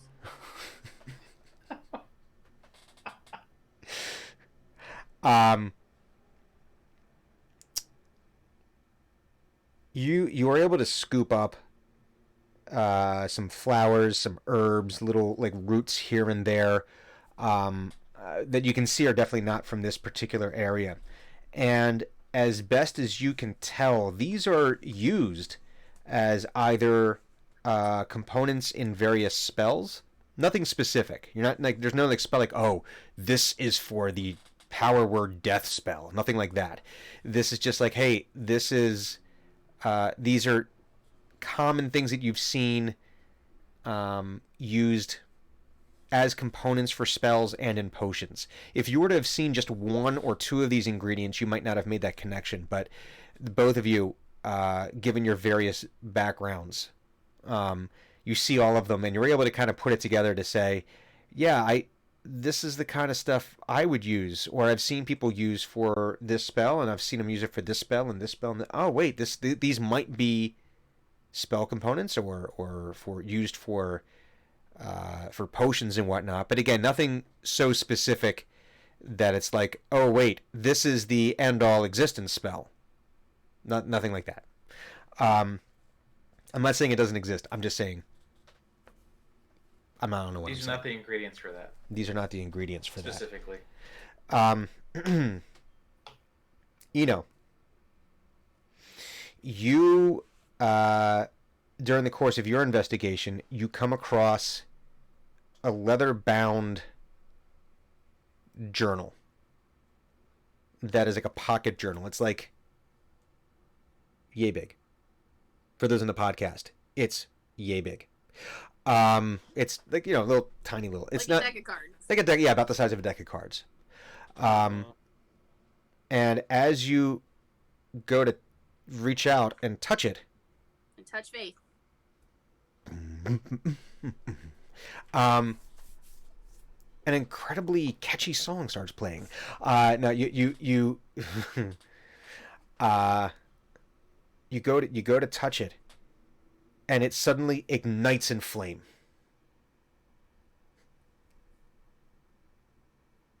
So I reach out and touch it, and it goes, "Your own."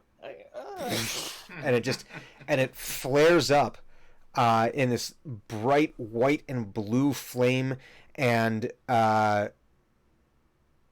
some of the ground around it begins to burn because it is fall and there's dry leaves on the ground, and you can see it starting to put it out really fast. This one I will look for an attack roll, or your whatever your roll is to make this hit. Attack roll. Oh hey, 24. Okay, I will give you that. You are able to hit the ground with a 24. But more to the point, you're aiming for like where the fire is. Obviously. Yeah, I'm trying to put the fire out so that I can read the journal. No, the journal's gone. Oh god damn it. Oh, it's. Well, I still put the fire. Yeah, well, oh, never mind. Oh, journal's gone. Fuck it, burn it. How much? I still cast fire. How much frost damage? I dropped my body. But, 5. 5 frost. Hang on, let me see something here. My die go. Let me see something here. Stepping on an 8-sided die might be painful later, so I had to find I could see how that would be not great. Yeah. You are able to extinguish all of the embers that were and it just, you flash freeze it. Now the steam that's coming off of them it's not smoke from the embers. It's now like the steam from there being a flash frost in this localized area. Thunuk, you did see, well, you both saw the flash because, big phosphorus explosion type situation is going to grab your attention. And Thunuk, you did notice that. Well, actually, you know what? I'm going to say both of you would have noticed this too, because let's face it, Dren knows a little bit about fire. You did see that the leaves had started to smolder and burn. And immediately, Thunuk, your Smokey the Bear sense started going off. Because they're like, oh, no. But not Raz, Eno takes care of it. Raz doesn't know magic. Eno does. Raz knows a different kind of magic. Anyway, it's the friends he made along the way. It's a kind of magic. That's what's, yeah. Copyright infringement in the kitchen. Oh god. Anyway, so he is able to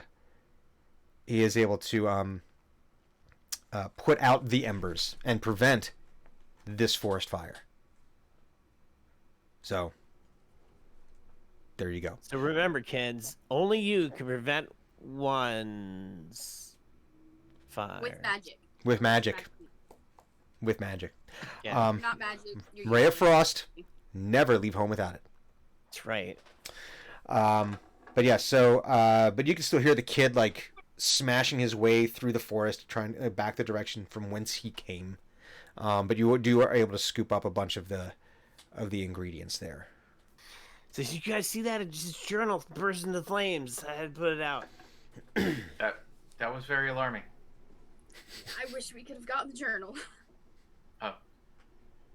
That child probably needs his no bag way back. to restore the journal. Journal's gone. That thing was. That went up like flash paper. I cast Restore Journal. It is a. It is an 8th level spell, and I have access to it right now because I said. A natural 20, so give me my journal. I can restore the journal anytime I want with this spell right here. Because technically, the rules say. I cast Wait. Mending. Reverse How much is left of the journal? Is it, no, Nothing. He said it's gone. Okay. I cast Mending at the ground. I cast magic missile at the darkness. Oh God. I want to attack Alright. time itself so I can reverse it. Yeah. If there's girls there, I want to do them. Oh yeah, that was stuck in your head and you had to do it. I Yeah. don't know. I don't know what that is. So we saw the people going in opposite directions from this area. From the place that they started off at the cliffside wall. Mm-hmm. He's running back to the cliffside wall. Yes. I don't know if we should stay and wait or go and find people. I actually think I was about to say we should follow him. He's probably going to open that door again, and that's where the egg is. I think that's where the egg would be. Okay, then I will continue my snack skitters, I guess. 28 28. Nice. to follow. Not being a creep at all.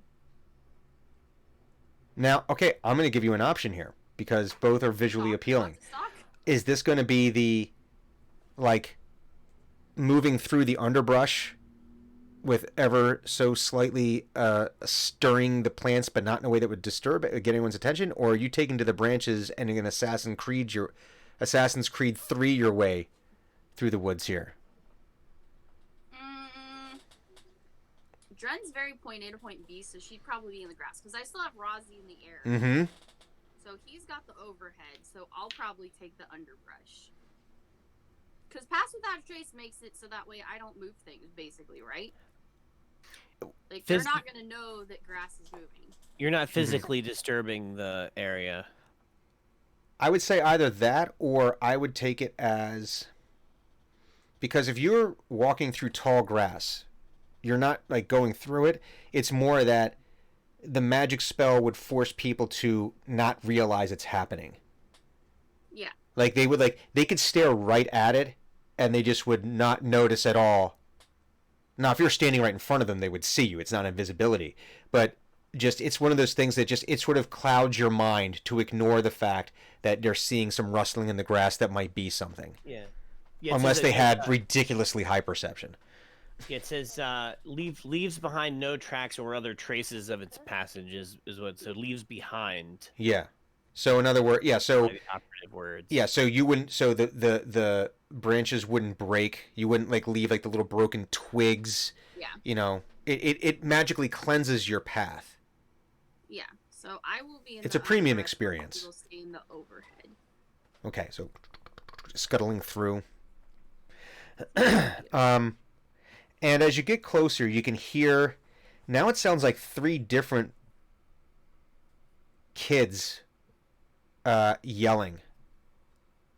Shut up! No. Shut up, you damn kids! Get off my lawn! Well, it's get off! You gotta get him! Open the door! Open the door! No, I gotta get to the and you come into as you approach the clearing. You can see one of the kids is trying to reopen. You can see now it's three kids, and the hoods are down. It's 2 boys and a girl, and one of them is attempting to reopen the gate. And every time that they go to reopen the gate, Razi comes over and grabs the sleeve and yanks their sleeve away, so it messes up their magic casting. And then he flies back over and he's trying to grab one of their satchels and trying to drag it back into the woods, flapping away. And then and then the third one will try to like take a swing at him and he'll move away, and he's basically just harassing them. And like, every time, like the girl's trying to cast the spell again, trying to get the gate to open up, and you see that the runes start to light up, and he comes by again and this like grabs a hand again and spins her around, and it's not, he's not hurting her, but it's enough that if you're trying to do some precise stuff, it's not happening. This is a shadow gate, right? This is like one of our shadow gates.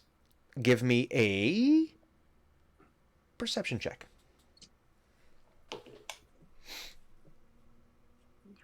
I'm just going to give you the answer. No, I have no idea. I would argue for I have a 9.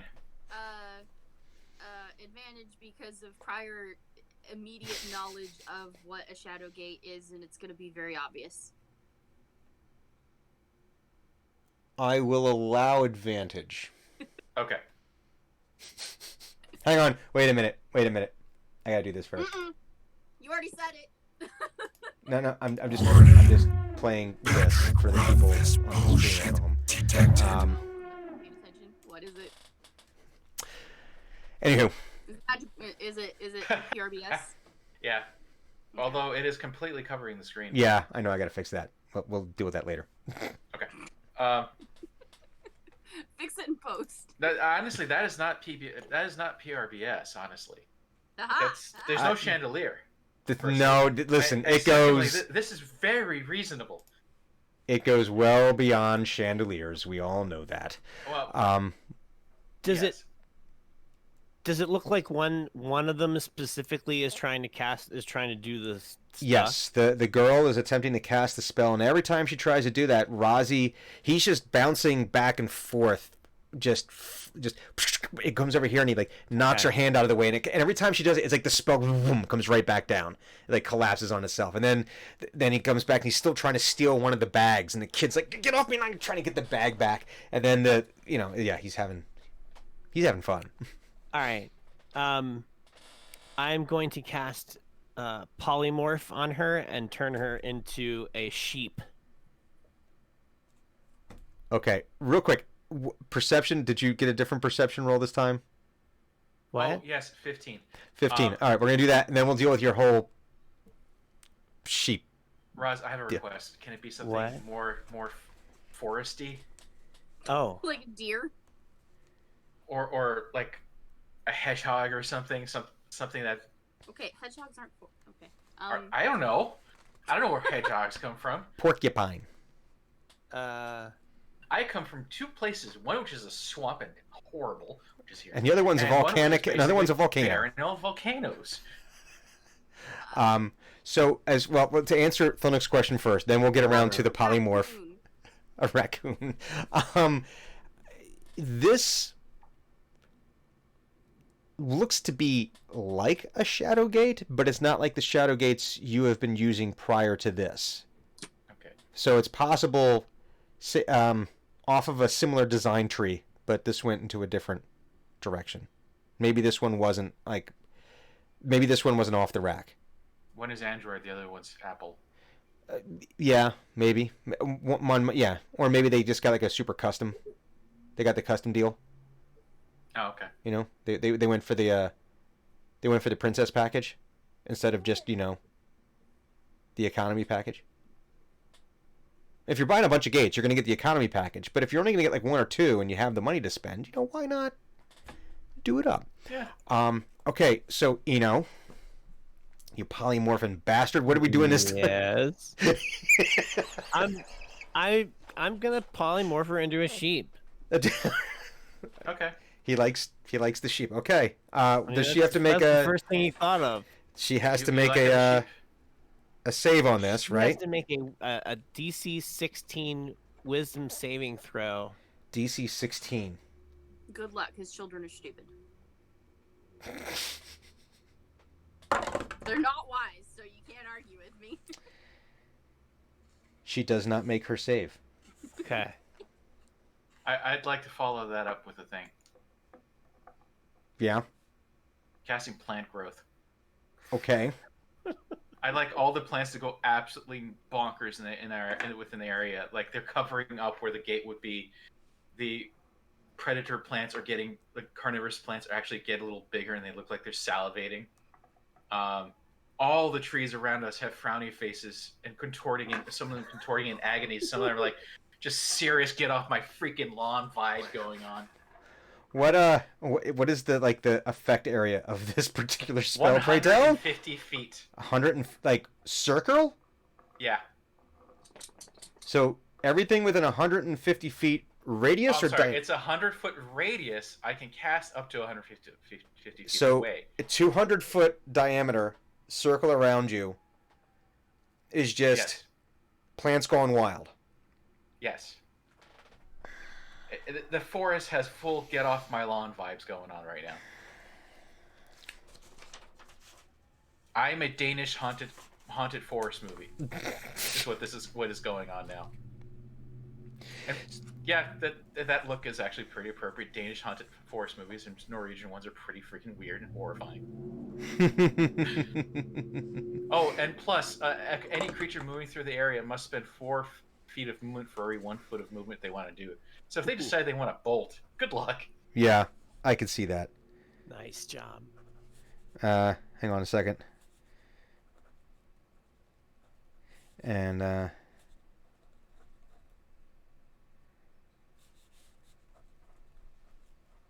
okay. So you cast the spell. So okay, the little wizard girl who Razi was harassing, keeping her from casting the spell and opening the gate, is now a sheep. A very confused sheep. Not quite sure what just happened. There's definitely a look of confusion on this sheep's face. They don't know what's going on here. But, very fluffy. Well kept. The other two aren't really paying attention now because they're kind of like fighting with Razi, because he's still trying to grab the bag and drag him off into the woods.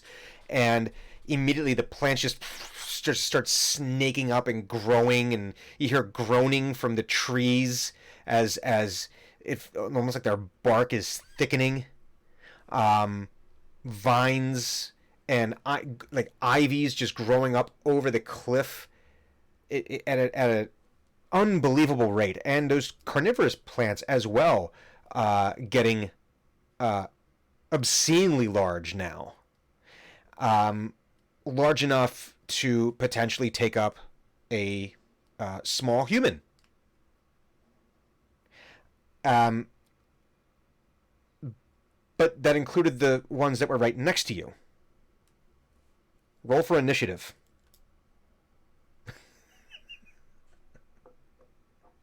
Not moving plants, are they? 10.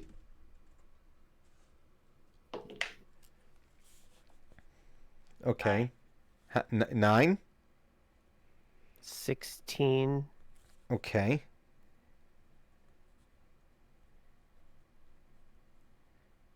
Okay. So all this, they start going, and a couple of them are close enough to you that they sort of try to snap on you, Dren. But Eno is at the top of the order here. So, what would you like to do about these carnivorous plants that are nipping at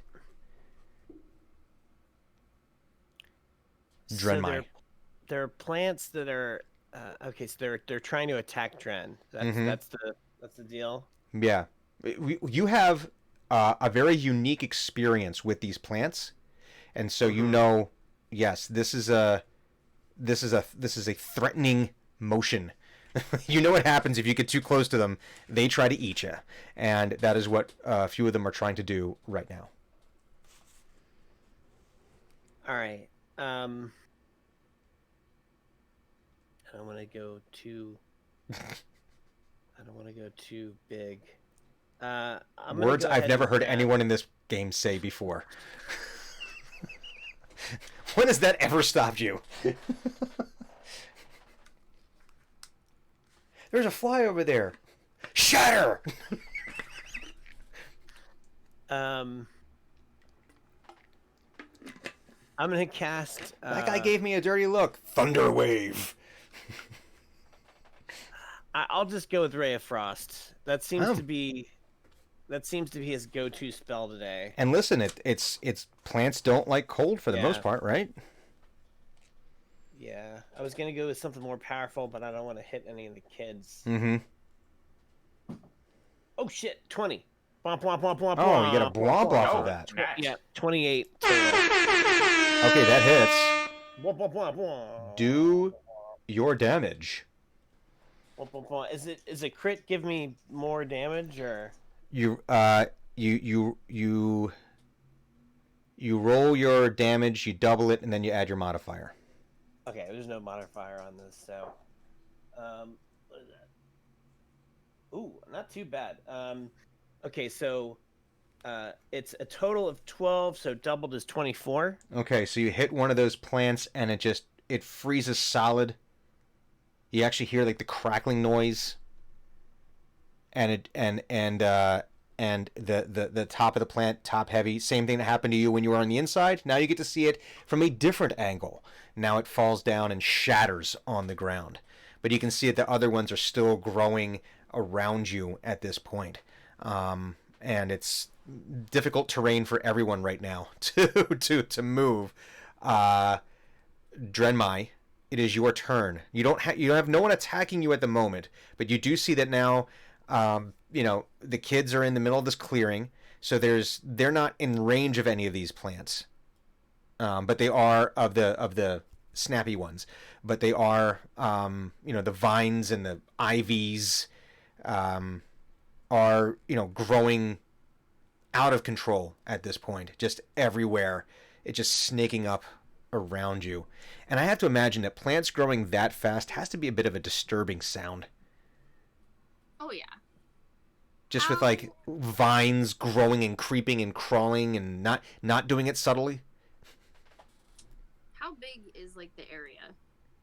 So the area in front of the cliff where you saw them create this gate is about a 10-foot radius or a 10-foot diameter, and they're in that clearing. They're in that clearing area, and that's where Razi's has one of the satchels by the strap, and he's still flapping away trying to grabbing. They're swatting at him, and then you have all the woods around it, sheer cliffs.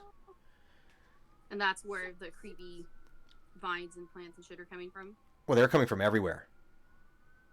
You heard a little squeak from Thunuk, and then just the plant growth went freaking berserk. So one has the nook right now? No.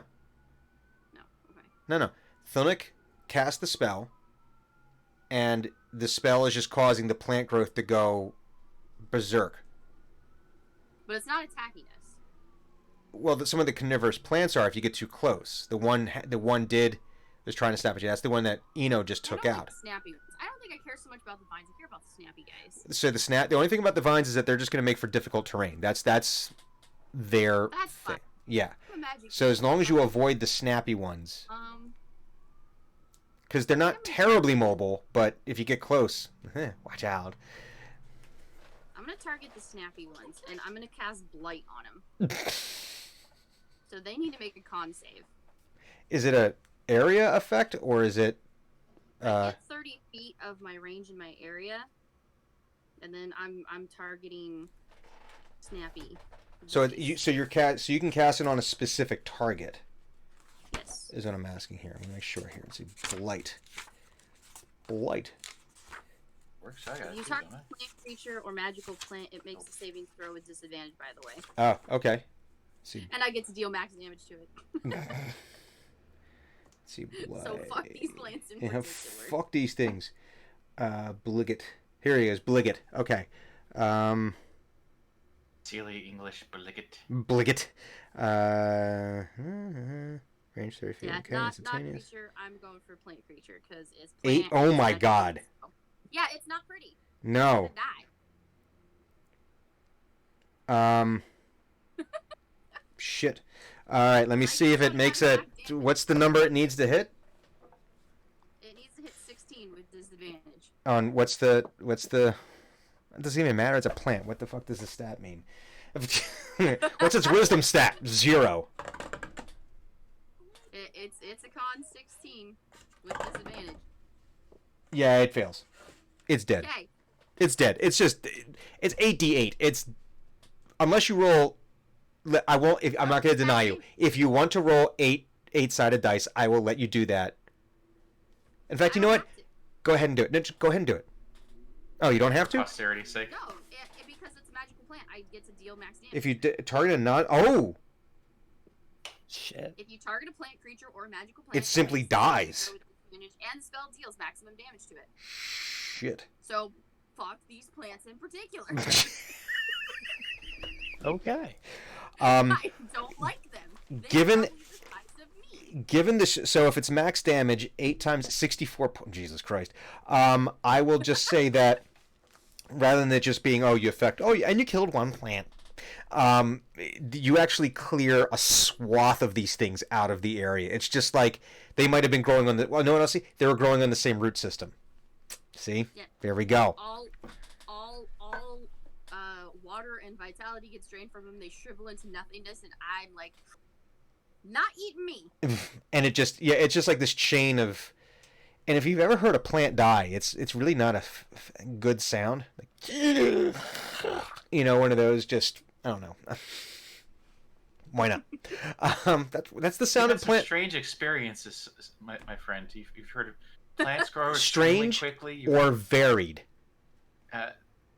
You say tomato. I'm going for tomato. You say tomato, I say you're fucking weird.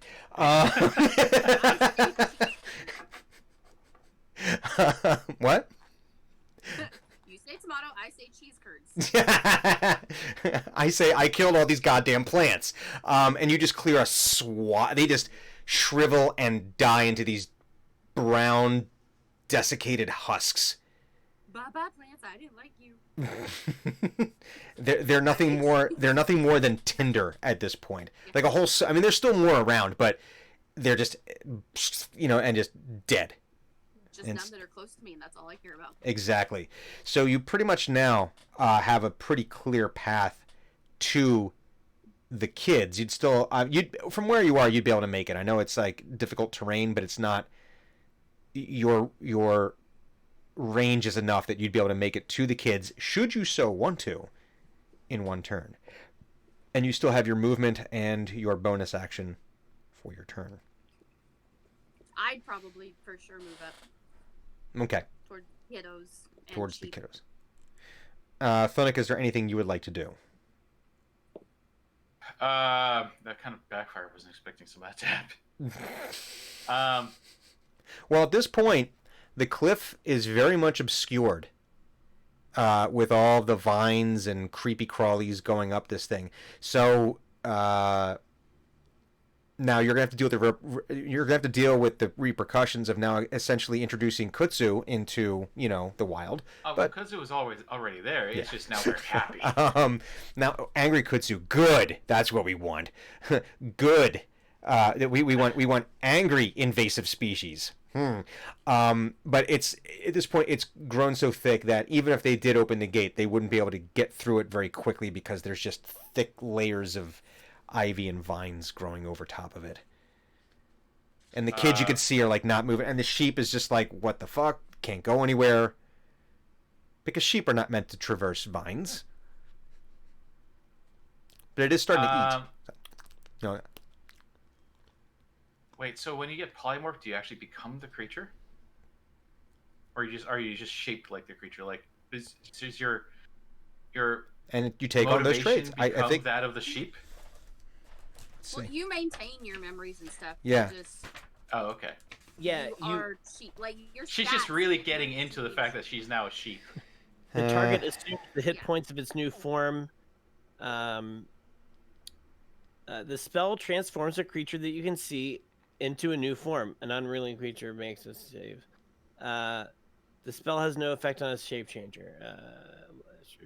Lasts for the duration or until a target drops 0 hit points or dies. Well, I'm just more curious. Like, is she just really getting into the fact that she's now a sheep, or is she just like, I'm motivated like a sheep? Well, it says the creature is limited It's in a actions. curiosity thing. The creature is limited in the actions it can perform by the nature of its new form. Mm-hmm. So there's only a few things a sheep can do. It can't speak. It cannot cast spells or take any other action that requires hands or speech.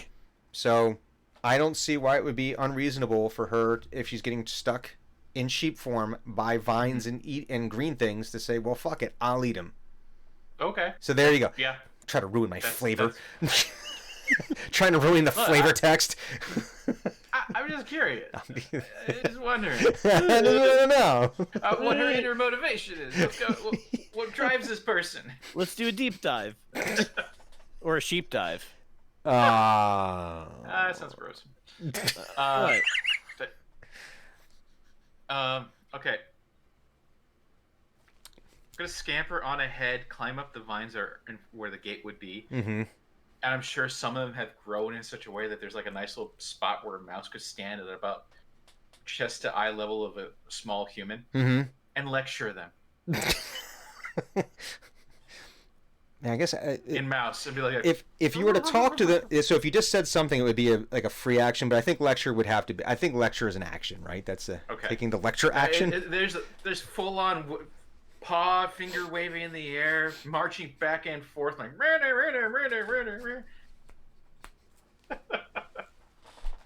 It's all angry squeak, squeak, squeak, squeak, squeak, squeak. One of them's been turned into a sheep. The plants are going crazy. They're being accosted by some weird little dragon thing. And now there's a mouse giving them a lecture. But not just a mouse. A mouse in clothing and a backpack. Yes. Let's be clear. This is not just like, oh, a field mouse is... No. Well, I'm going to take... Because you're in the middle of this area, I will take you out of initiative because there's no need to keep on going with turn-based stuff because you're out of range of all the carnivorous plants. But you do see that... how long does the plant growth last? 8 years.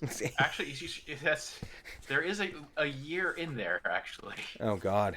But if I did it as a ritual, it would have lasted for a year. Okay, but that is not what happened here. If I did it as an 8-hour ritual, how long does it last? It's just an instantaneous duration. Casting time, 1 action or 8 hours. All has happened. This has just all happened. It's not continuing. It's just done. Everything went nuts for a little bit. Now it's done. Yep, that's true. Okay. All right. So this is pretty much okay. So the growth is over. You're probably still hearing the groans of everything kind of like settling into its new configuration. With these enormous plants, the trees are thicker and bigger. It's actually gotten darker above you right now from the canopy growing even thicker. These trees are now almost redwood sized. They were big before. They are enormous now. All is well in the world. And the you can see that a lot of these social trails are virtually blocked now. The trees have grown so close to each other, so thick that it would take you. It would be difficult terrain in order to try to get between some of these trees. And there's only a couple places where you could really get between them now, without having to climb a significant height. With everything as tight as it is, but you're out of range of the carnivorous plants, and you can so I'll take you. You're out of initiative, so now you can take whatever actions you would like to take in a normal storytelling mode. I'm just gonna look at the sheep maker. Be like, you made this mess. How are we supposed to get in? She's a sheep.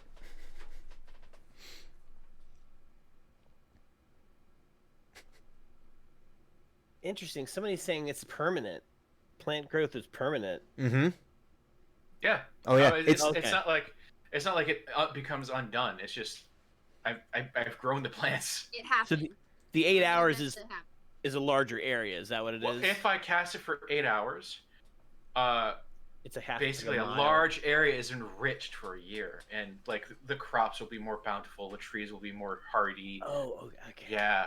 All right. So this is Do you something remember that. when we had that fight Yep. at the and I had Thunuk basically circle the town and did the ritual and prayed all over the place. That's what we're doing with the plant growth. Mm-hmm. Sorry, I got caught up trying to figure that out. All right. It's all right. It's a fun little spell. It's a great RP spell. I shall make the plants grow. And they did. Oh shit. Now what? Whoops. Oops. Oh crap. There's a lot of poison ivy in here. Oh dear. What am I going to do with all these eggplants now? Guess I'll give them to my friends. Everyone likes it when I give them vegetables from my garden. I have so many now. Oh. Who wants squash? Okay, so I jump over, and so Thunuk, are you still like? Yeah. doing I'm the like right. Yeah. All right. I jump over next to you, and I touch you, and I cast tongues on you. This spell grants the creature you touch the ability to understand any spoken language it hears. Moreover, when that target speaks, any creature that knows at least one language and can hear the target understands what it says. So the kids can now understand what you're saying. And he's basically, and for another thing, you are disturbing the nocturnal persons of this forest. They're trying to sleep, and you just come in here and you, without permission, you start taking buds and roots and carving into the sides of good upstanding trees. How dare you? I have a condo now. This is pretty great. Who gave you permission to do these sorts of things? Wasn't the four, that's for sure. They're not really paying a lot of attention because you got sheep, and then you have the ones that are still kind of like battling with Razi, trying to, because Razi's very pleased with himself. He's very proud of himself that he's keeping them from getting away, that he's got the satchel, he's still flapping and trying to get the satchel away from them. And they're both like, it's both kids are like holding on to the end of the satchel now, trying to drag it away, trying to keep Razi from getting. Razi's just every now and again like a little tiny, not a lot, little tiny little fireball every now and again, just to get their attention, just to keep him honest. Hotfoot. He's very pleased with himself. Very pleased with himself. This is like when a dog brings you the bone and like, look what I got. Except it's him trying to steal a satchel from some kids. So. Then it continues ranting. See, this is how it happens when you mistreat a forest. It gets angry.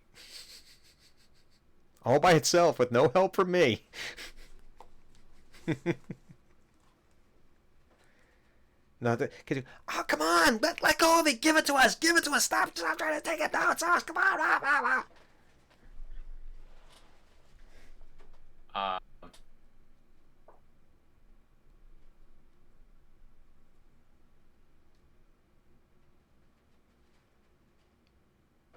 Everyone's lost in thought here. Yes. Thinking of cool things. No idea what's going on. I hear squeaks, I hear Boz, and then I see Razi just fucking with kids. It's chaos. And for Dren to be like, okay. Well, you can actually understand Thunuk now because he's not using the walkie-talkie, but I cast tongues on him. Yeah, you so can hear like him. in the middle of his squeaks, you can actually start to understand like what he's saying. Mid-sentence, you start hearing angry mouse common, basically. Yeah, totally. Fun times. I forgot. I have quite a scene. Oh yeah. Oh, this is chaos. This is again plants, grown, large carnivorous plants that are, don't get too close to those. Those they can get you. You got the kids. You got Razi. You got Arant. You got a lot. There's a lot happening. There's a lot to unpack. I'm gonna use thaumaturgy real quick, and make my voice 3 times louder. And another thing. And another thing. Beware the four. Adhere to them. Repent. That's actually a better one. Yeah. You should apologize. Apologize to these trees and plants. And they're like looking around. The kids are like now like they're like trying to hold on to the bag, but they're looking around, and then the one sees the sheep. Sash, is that you?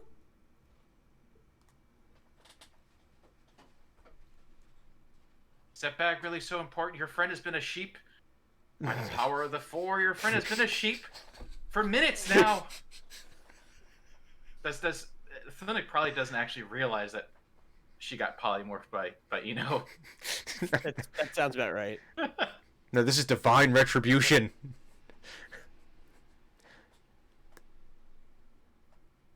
Worldly possession's so important. You don't even realize your friend is a sheep. This is what happens.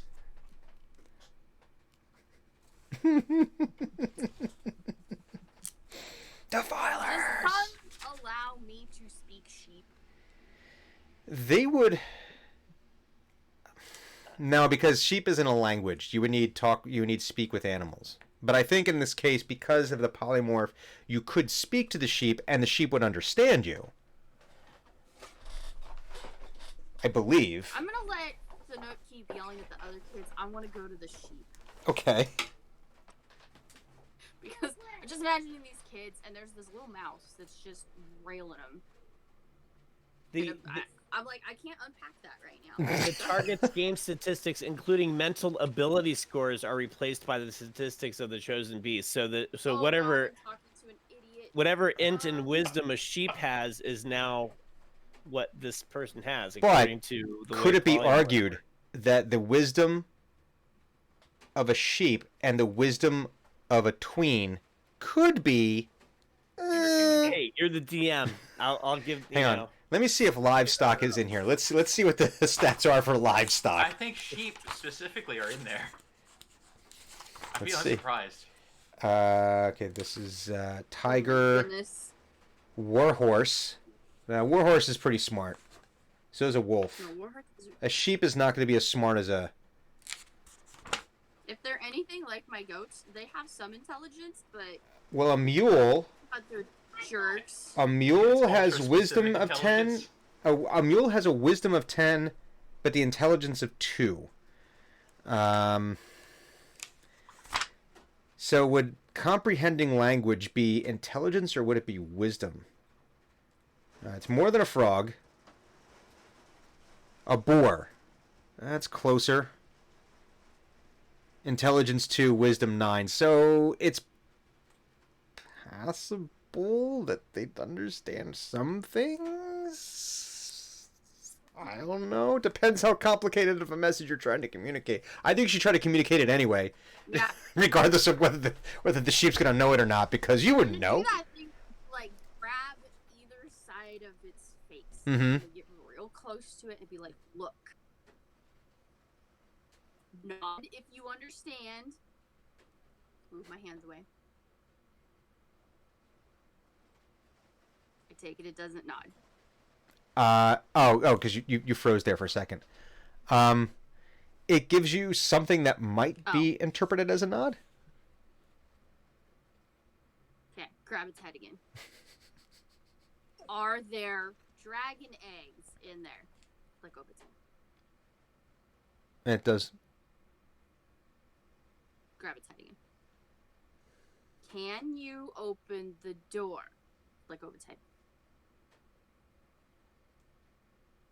And it gives like a little nod. Go open the door. Meh. I'll eat you if you don't. Ah.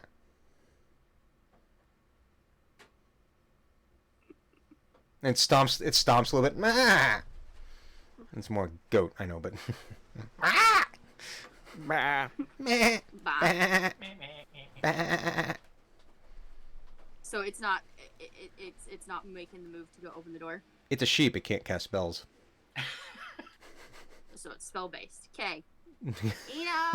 Yeah, I don't. I'm actually okay. Yeah, so I jump. I say, I'll be right back to Thunuk. And I jump back over to where Dren is, and I hop up on her shoulder, and I go, what's up? I need non-sheep form so she'll open up the door. And then I'm pointing at the sheep. Just because you'll turn back into human, don't let it think that I won't still eat you. Okay, so I think I can stop concentrating on the spell. Let's see. Is that how that works? Because it's a concentration spell. Yeah, let me take a look.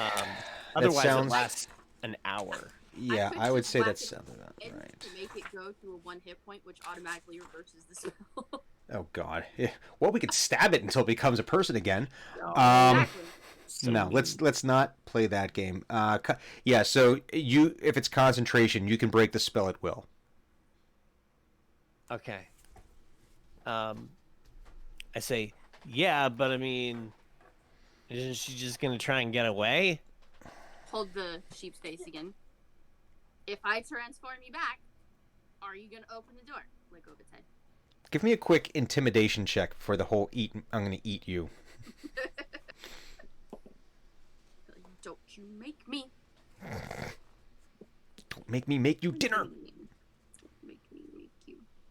And when we say Uh, make you dinner, 18. 18. 18. Yeah. It's the sheep is sufficiently intimidated.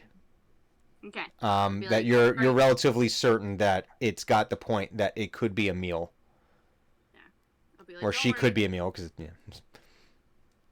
She's not gonna go anywhere. She's been sufficiently cowed. I almost threw my d20 at the screen. Just so you know.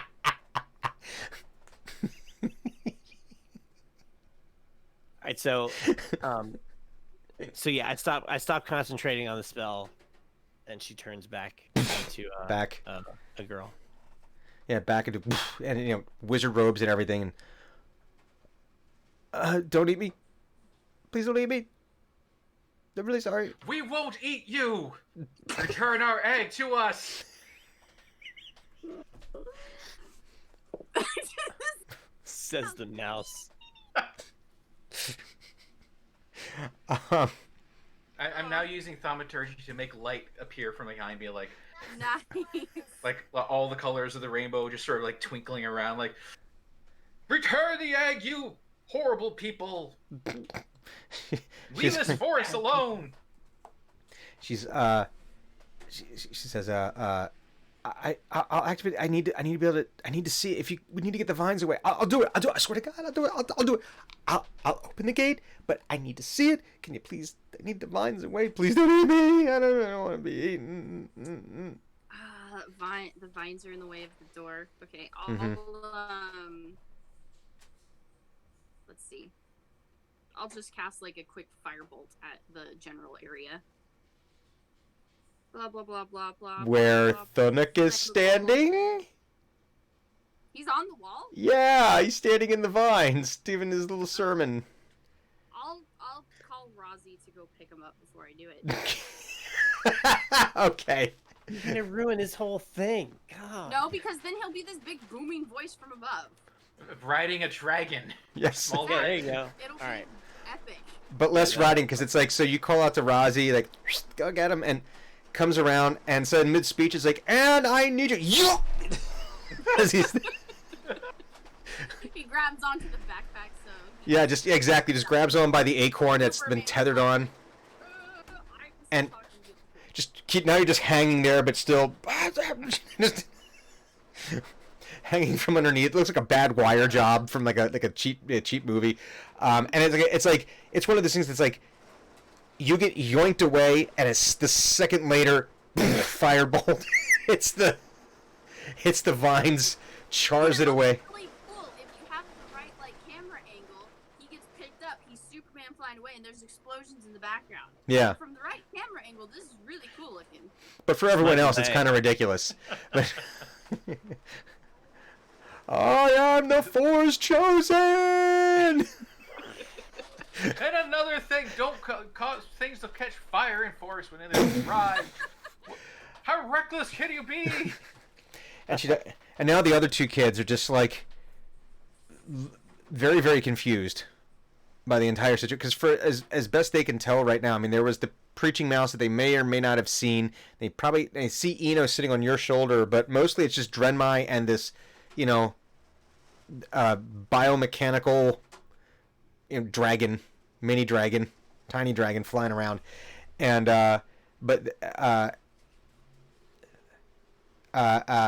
so she starts to, the girl starts to activate the gate, and the other one, the more in chargeier one, is like, Sash, don't do it. Don't take them back. Don't let them. No, we can't. She's gonna eat me. I'll eat you too. I'd like to see you try. Ask him if he wants to be a sheep next. Dren, ask him if he wants to be a sheep next. He could hear you. Yeah, he can hear you, right? Yeah, through the walkie-talkie. Oh, that's right. Yeah. So I'll just be like, do you want to be a sheep next? And the kid's like, bring it. And then the other kid's like, no. I start to raise my. No. Yeah. Dude, he already did it once. He'll do it again. Did you see what they did here? We can't do anything like that. Oh. I'm like a little shit talker. So, you want to say PRBS?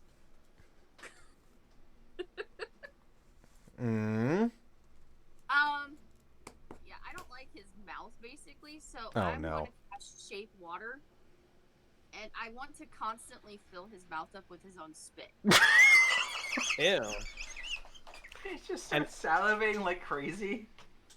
Can't talk if you're just drooling.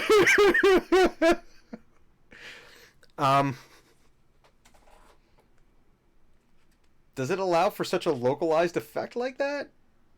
I mean, I can basically do whatever the hell I want with water. No, that's not how this works. There's rules.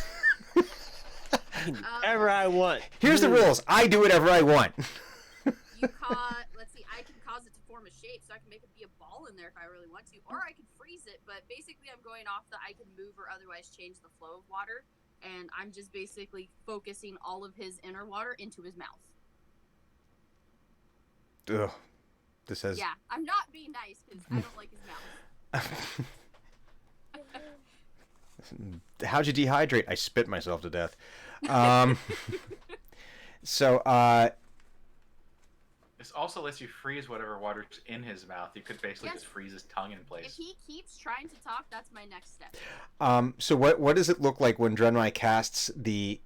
because we didn't discuss it before, because it was when you were making the motorboat. So for the control water spell, what is this, or shape water spell, what does this look like when Drenmai casts it?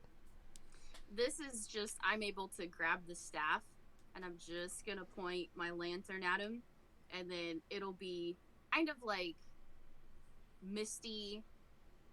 I think when you're dealing with water, there's got to be some kind of water element, so it'll be kind of misty looking, and it's going to focus, it's going to go like right to the kid's mouth.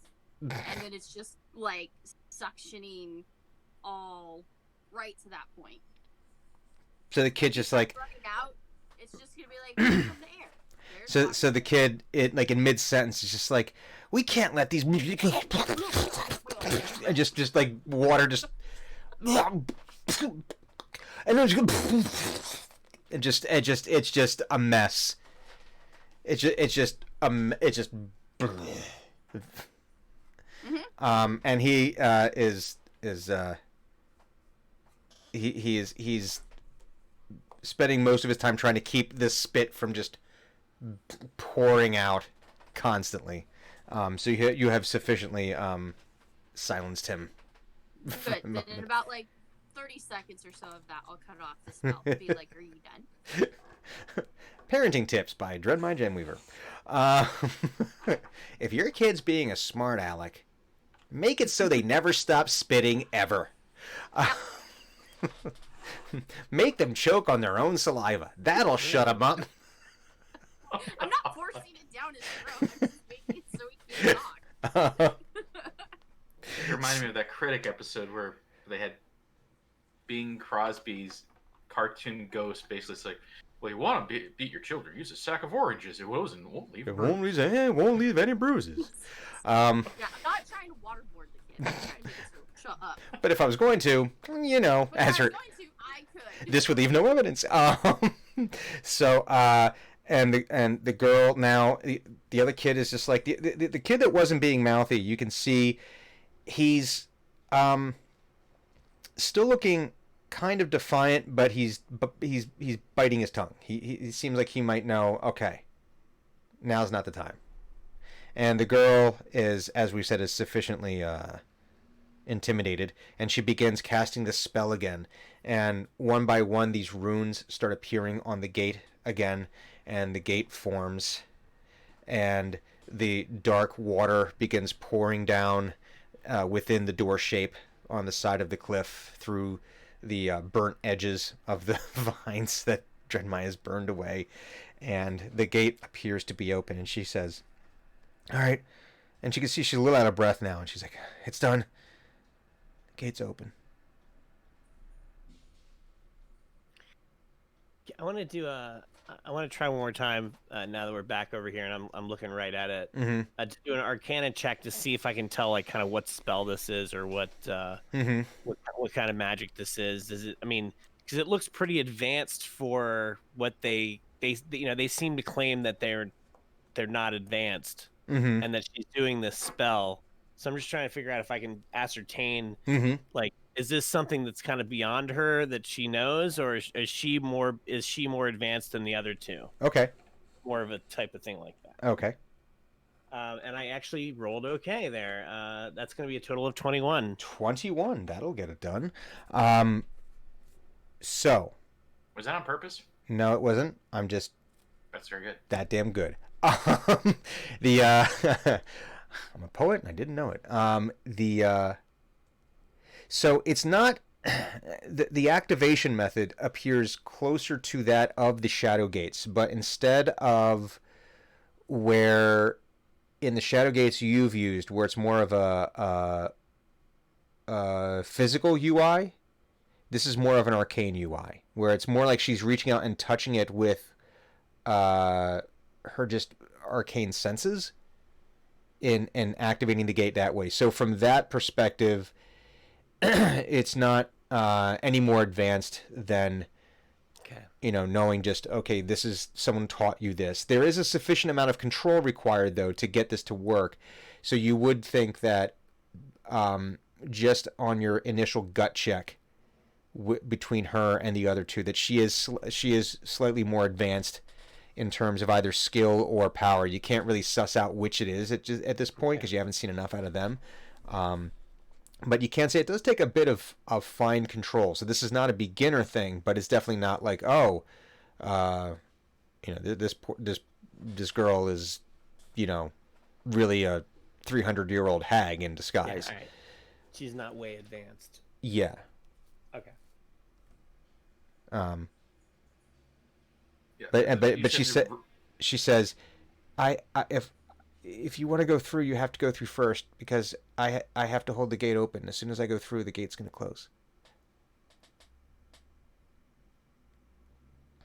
Did they all come through at once last time or one at a time?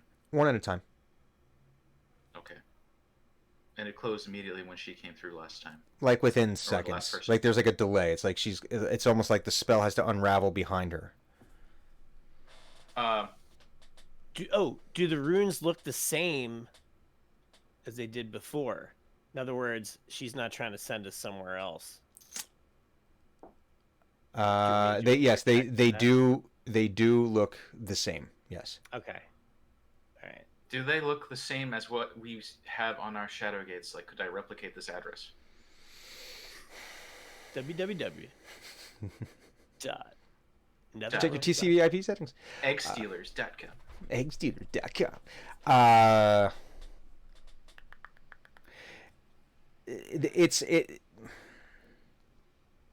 You would need to study it a little bit more to see if it would work. You think this might be close? Well, let's do this. Give me Okay. Give me a. We've said it's been survival in the past for you to activate the other gates. Yes, because he bases it off of his map knowledge. Yeah. Give me a survival check on that then. And I'm going to give you a bardic inspiration, so you get an extra D8 if you want to spend it. Otherwise, you can save it. It's 10 minutes. Do I have to declare that now, or can I do it after a roll? You can roll and then see what you roll, and then do it after you roll. Okay. I have a total of an 18. Ooh, that'd be so enough. I think I'll just stick with that. Okay. Yeah, you can save it. It lasts for 10 minutes, so you can use it again. You can use it later. I'm gonna take this D8, stick it right here, so I remember to use it. Okay. In about 2 minutes, I'm gonna look over there and like, why is my D8 over there? You think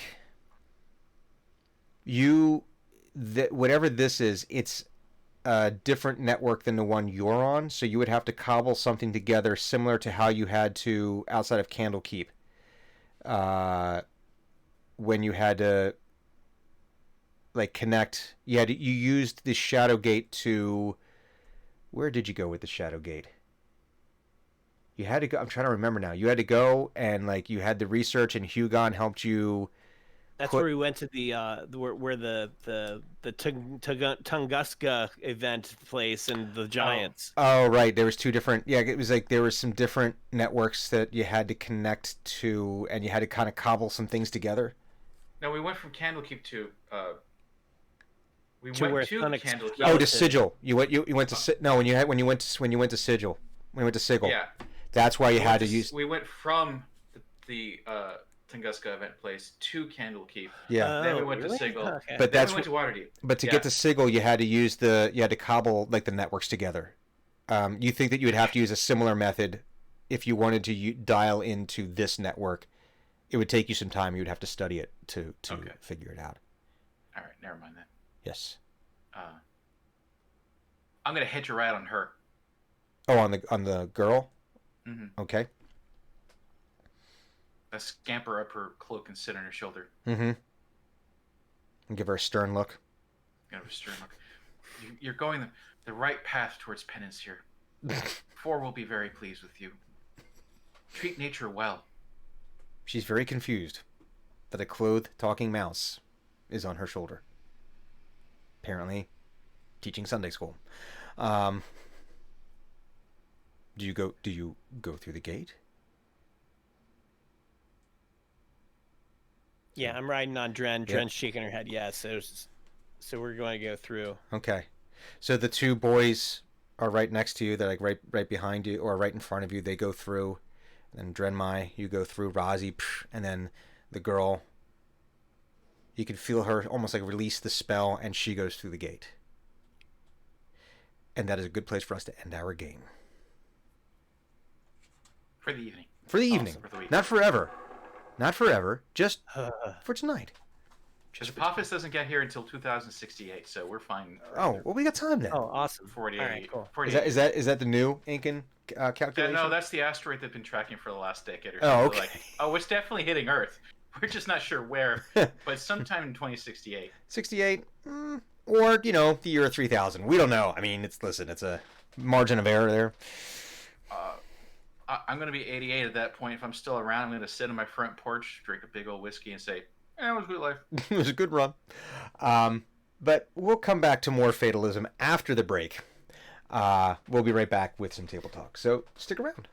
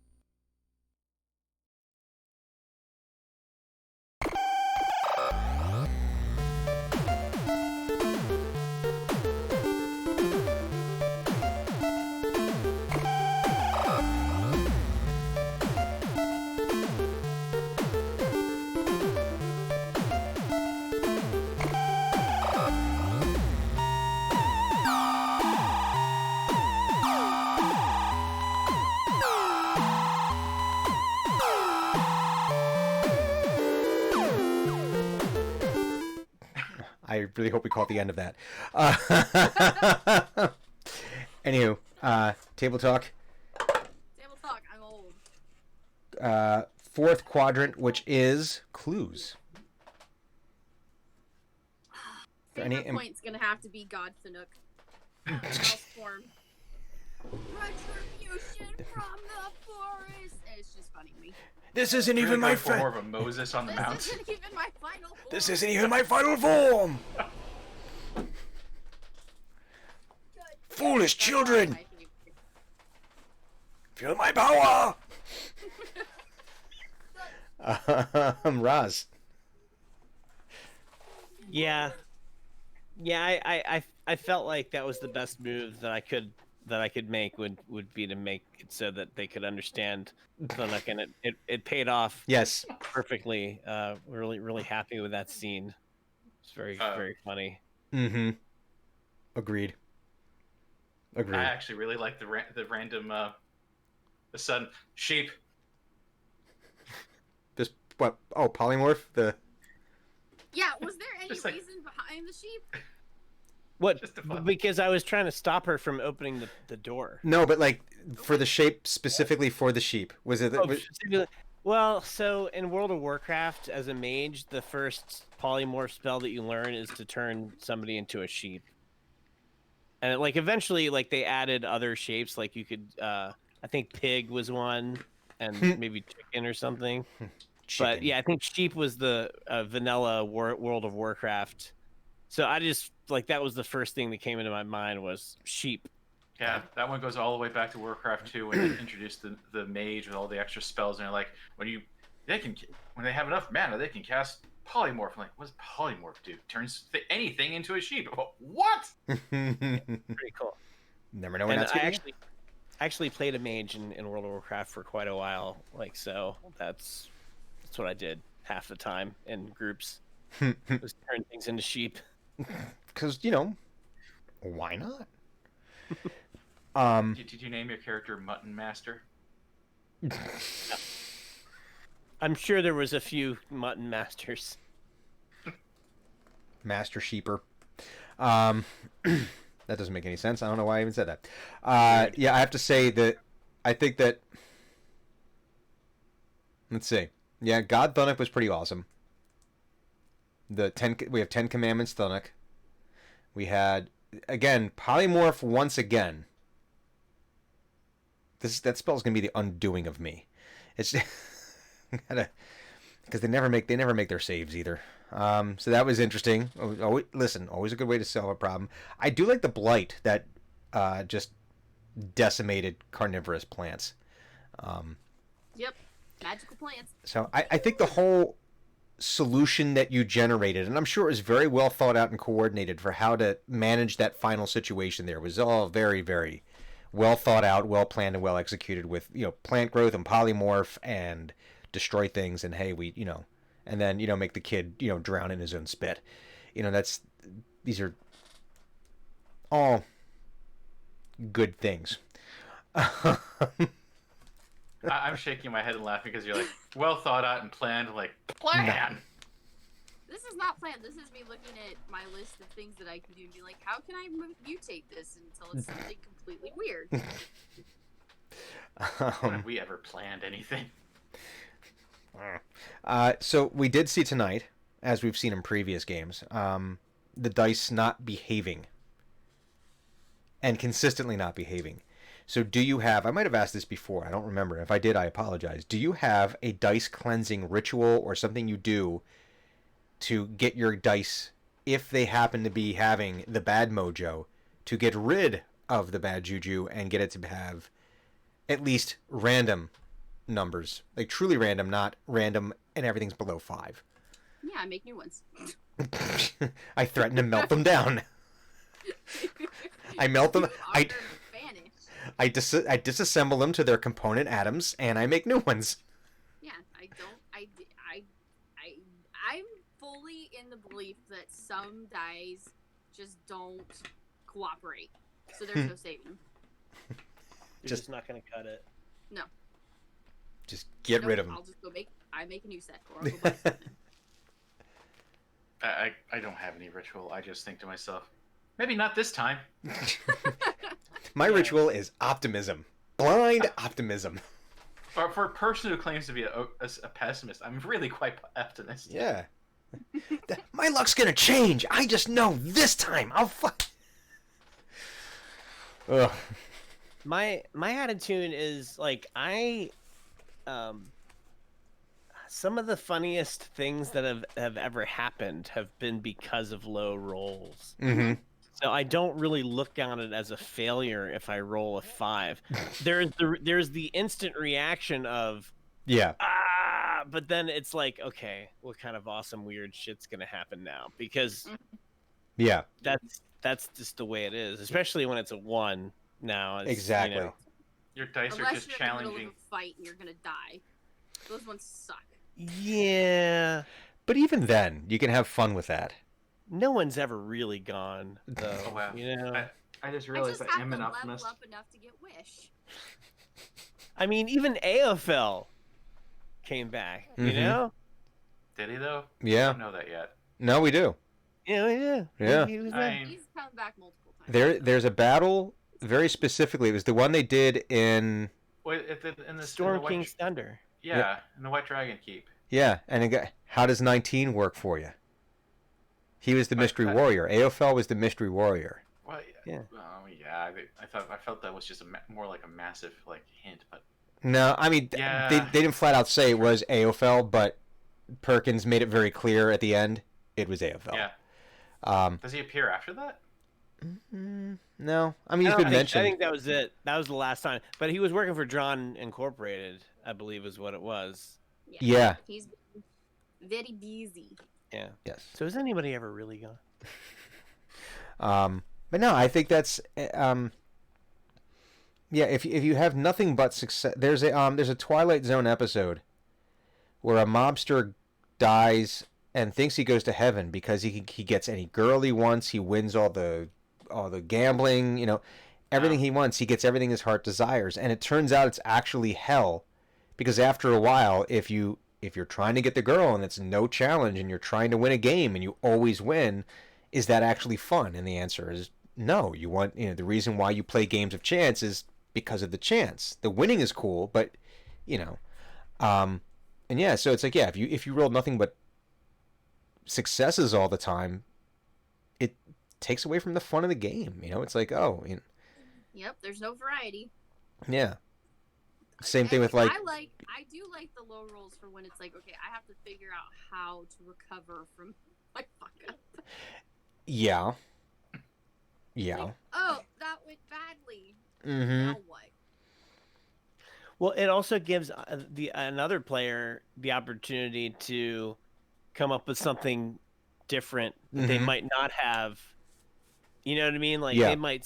they might have seen your character fuck up or something weird happened or bad happened, Mm-hmm. and sort of that gives somebody else the ability to have sort of the spotlight of, okay, now's my chance to My time to shine. to step in and help.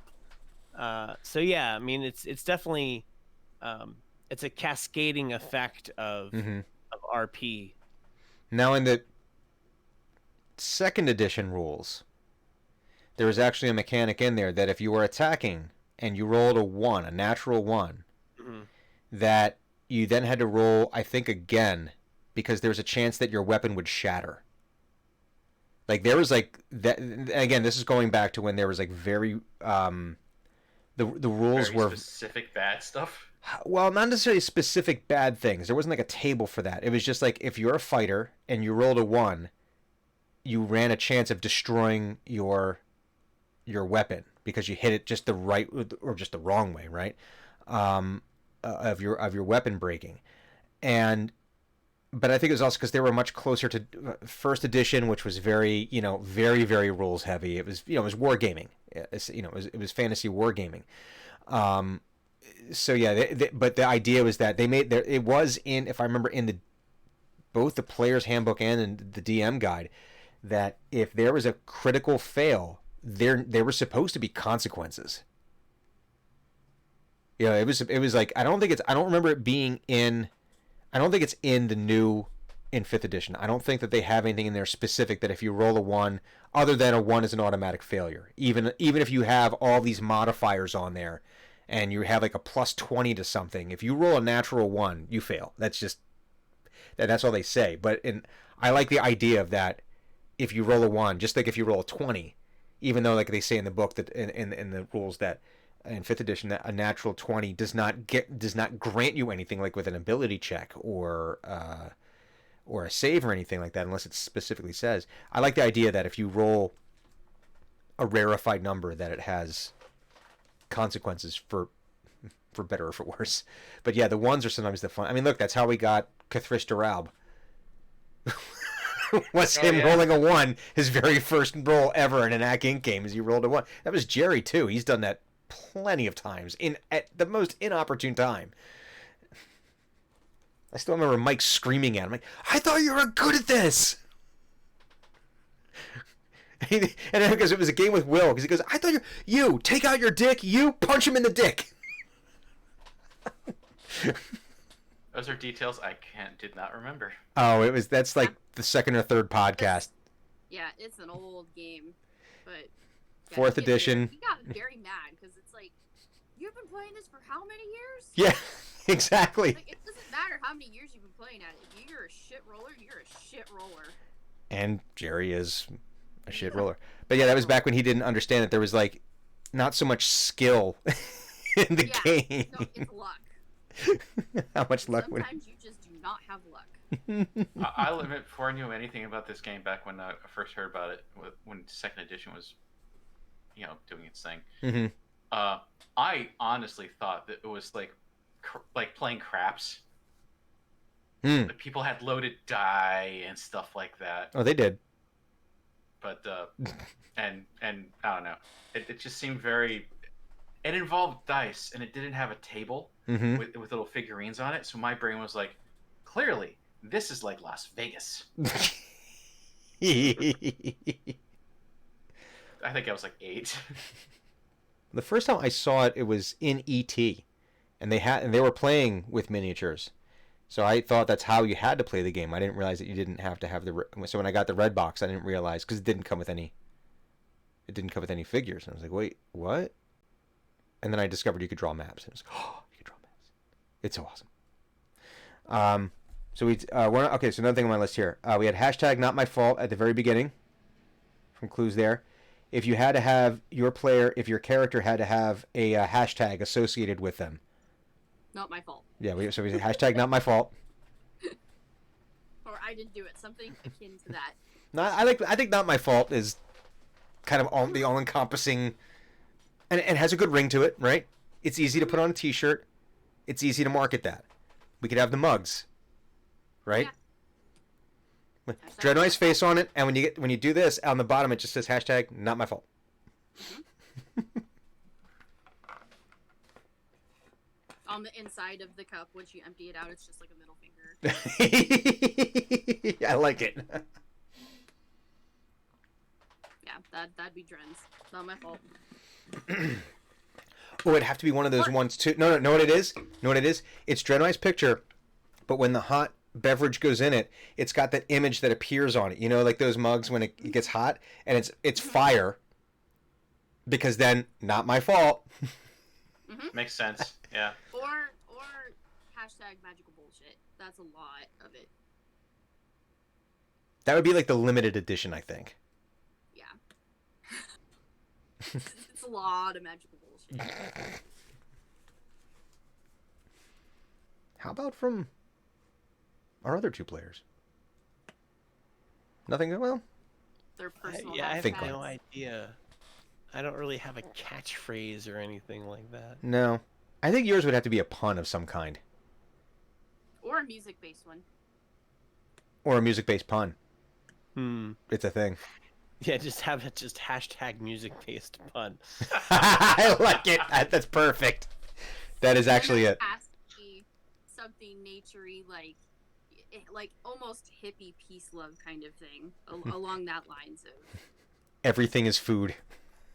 No, because everything can be food, but Everything can be. You food. can eat anything. You can eat anything. That's too Hashtag long, you- though. Especially, oh man, that's the Valentine's Day though. That's the Valentine's Day edition. That's the. No, no. Okay. Hashtag it's edible. That's that could be Valentine's Day, 420, Thanksgiving, Christmas, yeah, and Easter. Any time when a questionable food product shows up. Mm-hmm. It's Hashtag edible. it's edible. Hashtag obey the 4. Love that You know, guy. let's delve into some trademark infringement or copyright infringement.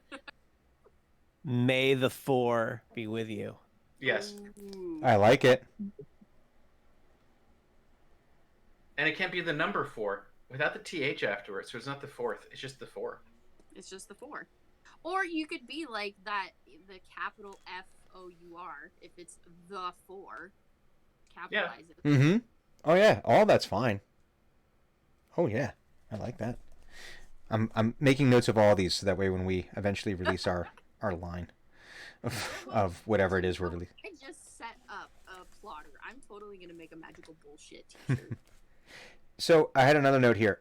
Roz, am I correct in understanding that you never heard the Attack the Darkness bit? I mean, I don't know what is it from. I didn't recognize it. I learned of it thanks to the days of Morpheus when people were downloading homemade movies and stuff like that. But I think it's like a comedy thing from Mhm. like a tape like a CD, someone's CD comedy recording or something, where a bunch of nerds are playing D&D. We can explain the sketch to you, or we could just find it and send it to you. It's Oh, better. Yeah, That's you. where we It's go about it. yeah. It's So be- it's a thing. All right. It's better saying Yeah. than explaining. yeah, or heard or Let's have the EDR Twitter tweet that. yeah. I cast magic missile at the darkness. Yeah, it's from the 90s. It's old, but it Yeah. holds up. It's funny as hell. Oh, I think I found it already. I'll watch it later. Yeah, it's very very funny. So, all right, I just want to make sure that you didn't miss out on that because I think you'd find amusement in that. The only other note that I had was just something random. I forget why it got brought up, but apparently there was a streamer who, I guess they were doing a cooking stream, and they actually got dinged for copyright for a music copyright, not infringement, but they got like a you know how you get the notice. Well, it says, oh, we have to mute the parts of the TMCA. stream because he was using a blender, and the automatic system that listens to the music and says whether it's copyrighted or not mistook it as Skrillex. Good. He posted a screen cap of what the violation was. It was Skrillex. I just thought that was perfect. I thought that was wonderful. So I just thought I would share that because that. It's great.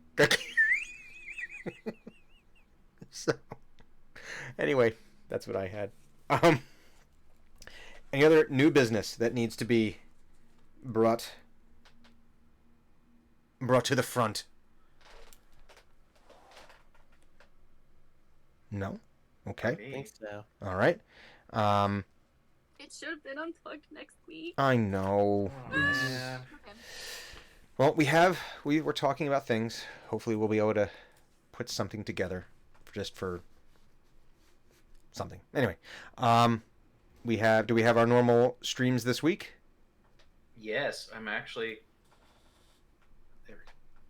See it? Ooh. Oh No, it's focusing on me, isn't it? no. No, Yeah, Yeah, but so- yeah, plenty fine. So I've got the wing, one of the wings, partly done. Okay. Yeah, this thing is Ooh. actually a lot of parts, and most of them are in the wings. Like, hold on, let me. Are these Ah. kits that you're getting, or are you? Yeah, they're You can little buy little kits. metal kits. They're very So fun. these are little Alright. fins, and the fins basically are the ribbed section on the side of the ship. So I actually found my other one. So there we go. Those are the ribs that I just attached. Those. Hmm. I'm trying to move my finger, and there we go. Yeah. And so, and they look like little like heat dissipation fins. And I have to put on a whole other set of them on the one wing. Like these, it's very fiddly. But so I actually found out about these by getting one of these in a like a loot crate or something. Mm-hmm. And then I lost this one. I had put it somewhere so safe, in case so I wouldn't lose it. And then I lost it, and then I took all my books off my bookshelf to dust them, and then I'm like, it fell out of a book. So I'm Take a continuing. look. Found projects. Clearly, everything is in a book somewhere in this house. There was a whole I think it was at the last PAX Unplugged, there was a person that had a whole case of them. If I find the picture, I'll put it in the Discord. But Like already they made? yeah, because you could buy the kits, but they had them done so you could see what it looks like. Oh, They okay. had like massive dragons. Like they had the big black pearl. The black pearl is one that I want to get, but because they're huge. Mm-hmm. And yeah, I've been collecting them for a while. I just have never made any of them. Yeah, But I have a stack of them. This is R2 from Yeah, Yeah. they're so cool. I love them. I think I might get one or two of them for my brother and sister-in-law for Christmas because they like They puzzles have like that. Game of Thrones, Mm-hmm. Star Trek, Star Wars, Doctor Who. Mhm. They have classic cars, race cars, airplanes, classic airplanes, NASA stuff, the I've got a Black tank. Pearl. Cheese. They got tank. There might be cheese. I don't know. There should always be There There could be cheese. cheese. There should always be cheese. But there's also ones that are in color, like The dragon So- ones. the dragon ones, or like They're Boba what? Fett. They're so cool. And it's called Rare Earth, right? Metal Earth. Metal Metal Earth. Earth. Yes. You can just search metal kits and it'll probably come up. Yeah, Metal Earth kits. There we go. Oh, cool. Yeah, cool. Yeah. Very neat. And are you Eiffel still Tower. on Mass Effect? I'm still on Mass Effect, and I don't know how much longer I can play it as a. Late to the game. You play something long enough, and it feels like it's kind of going against the spirit of the. Trying something new. Like trying something new thing. So, okay, if you and- had to shift off of it, do you have something lined up that you want to go to as far as like a retro game or? Yes and no. My retro game machine is not working correctly right Uh-oh. Yeah. Now, if you really want to go now. I retro, need to get it to work. if you really want to get retro, you get yourself one of these. Oh wow! And it has, I forget how many, it's got a couple hundred games on it. The only Yeah, thing I would most suggest entire is library. the only thing I would suggest is getting, if you did get something like this, because they're pretty cheap, you have to buy a separate Atari controller that actually plugs in, because the RF or the IR that works on this is not great at all. It's I have the wireless ones and they just stop working constantly. So get the ones that plug in. But if you really want to get old school, where you can play a game that has no point whatsoever and never ever ends, that would be the Atari, with the exception of Adventure. Well, E.T. True, E.T. I like that game. Yes, that was a good game. I liked it. Anyway, cool. All right. Well, we will be back next week with. I will not be. Huh? What? I will not be. Oh, Mini Human's birthday. Mini Human's birthday. So we will. Right. So we will not be doing Team X next week, but we will be playing something next week. There will be Yes. games. We will be doing an activity. Yes, we have activities. We will be playing something. Cool. So thank you everyone for tuning in. We will see you on the streams. Everyone, be cool, be good. Don't be a dick. Bye-bye. Bye bye. Bye bye.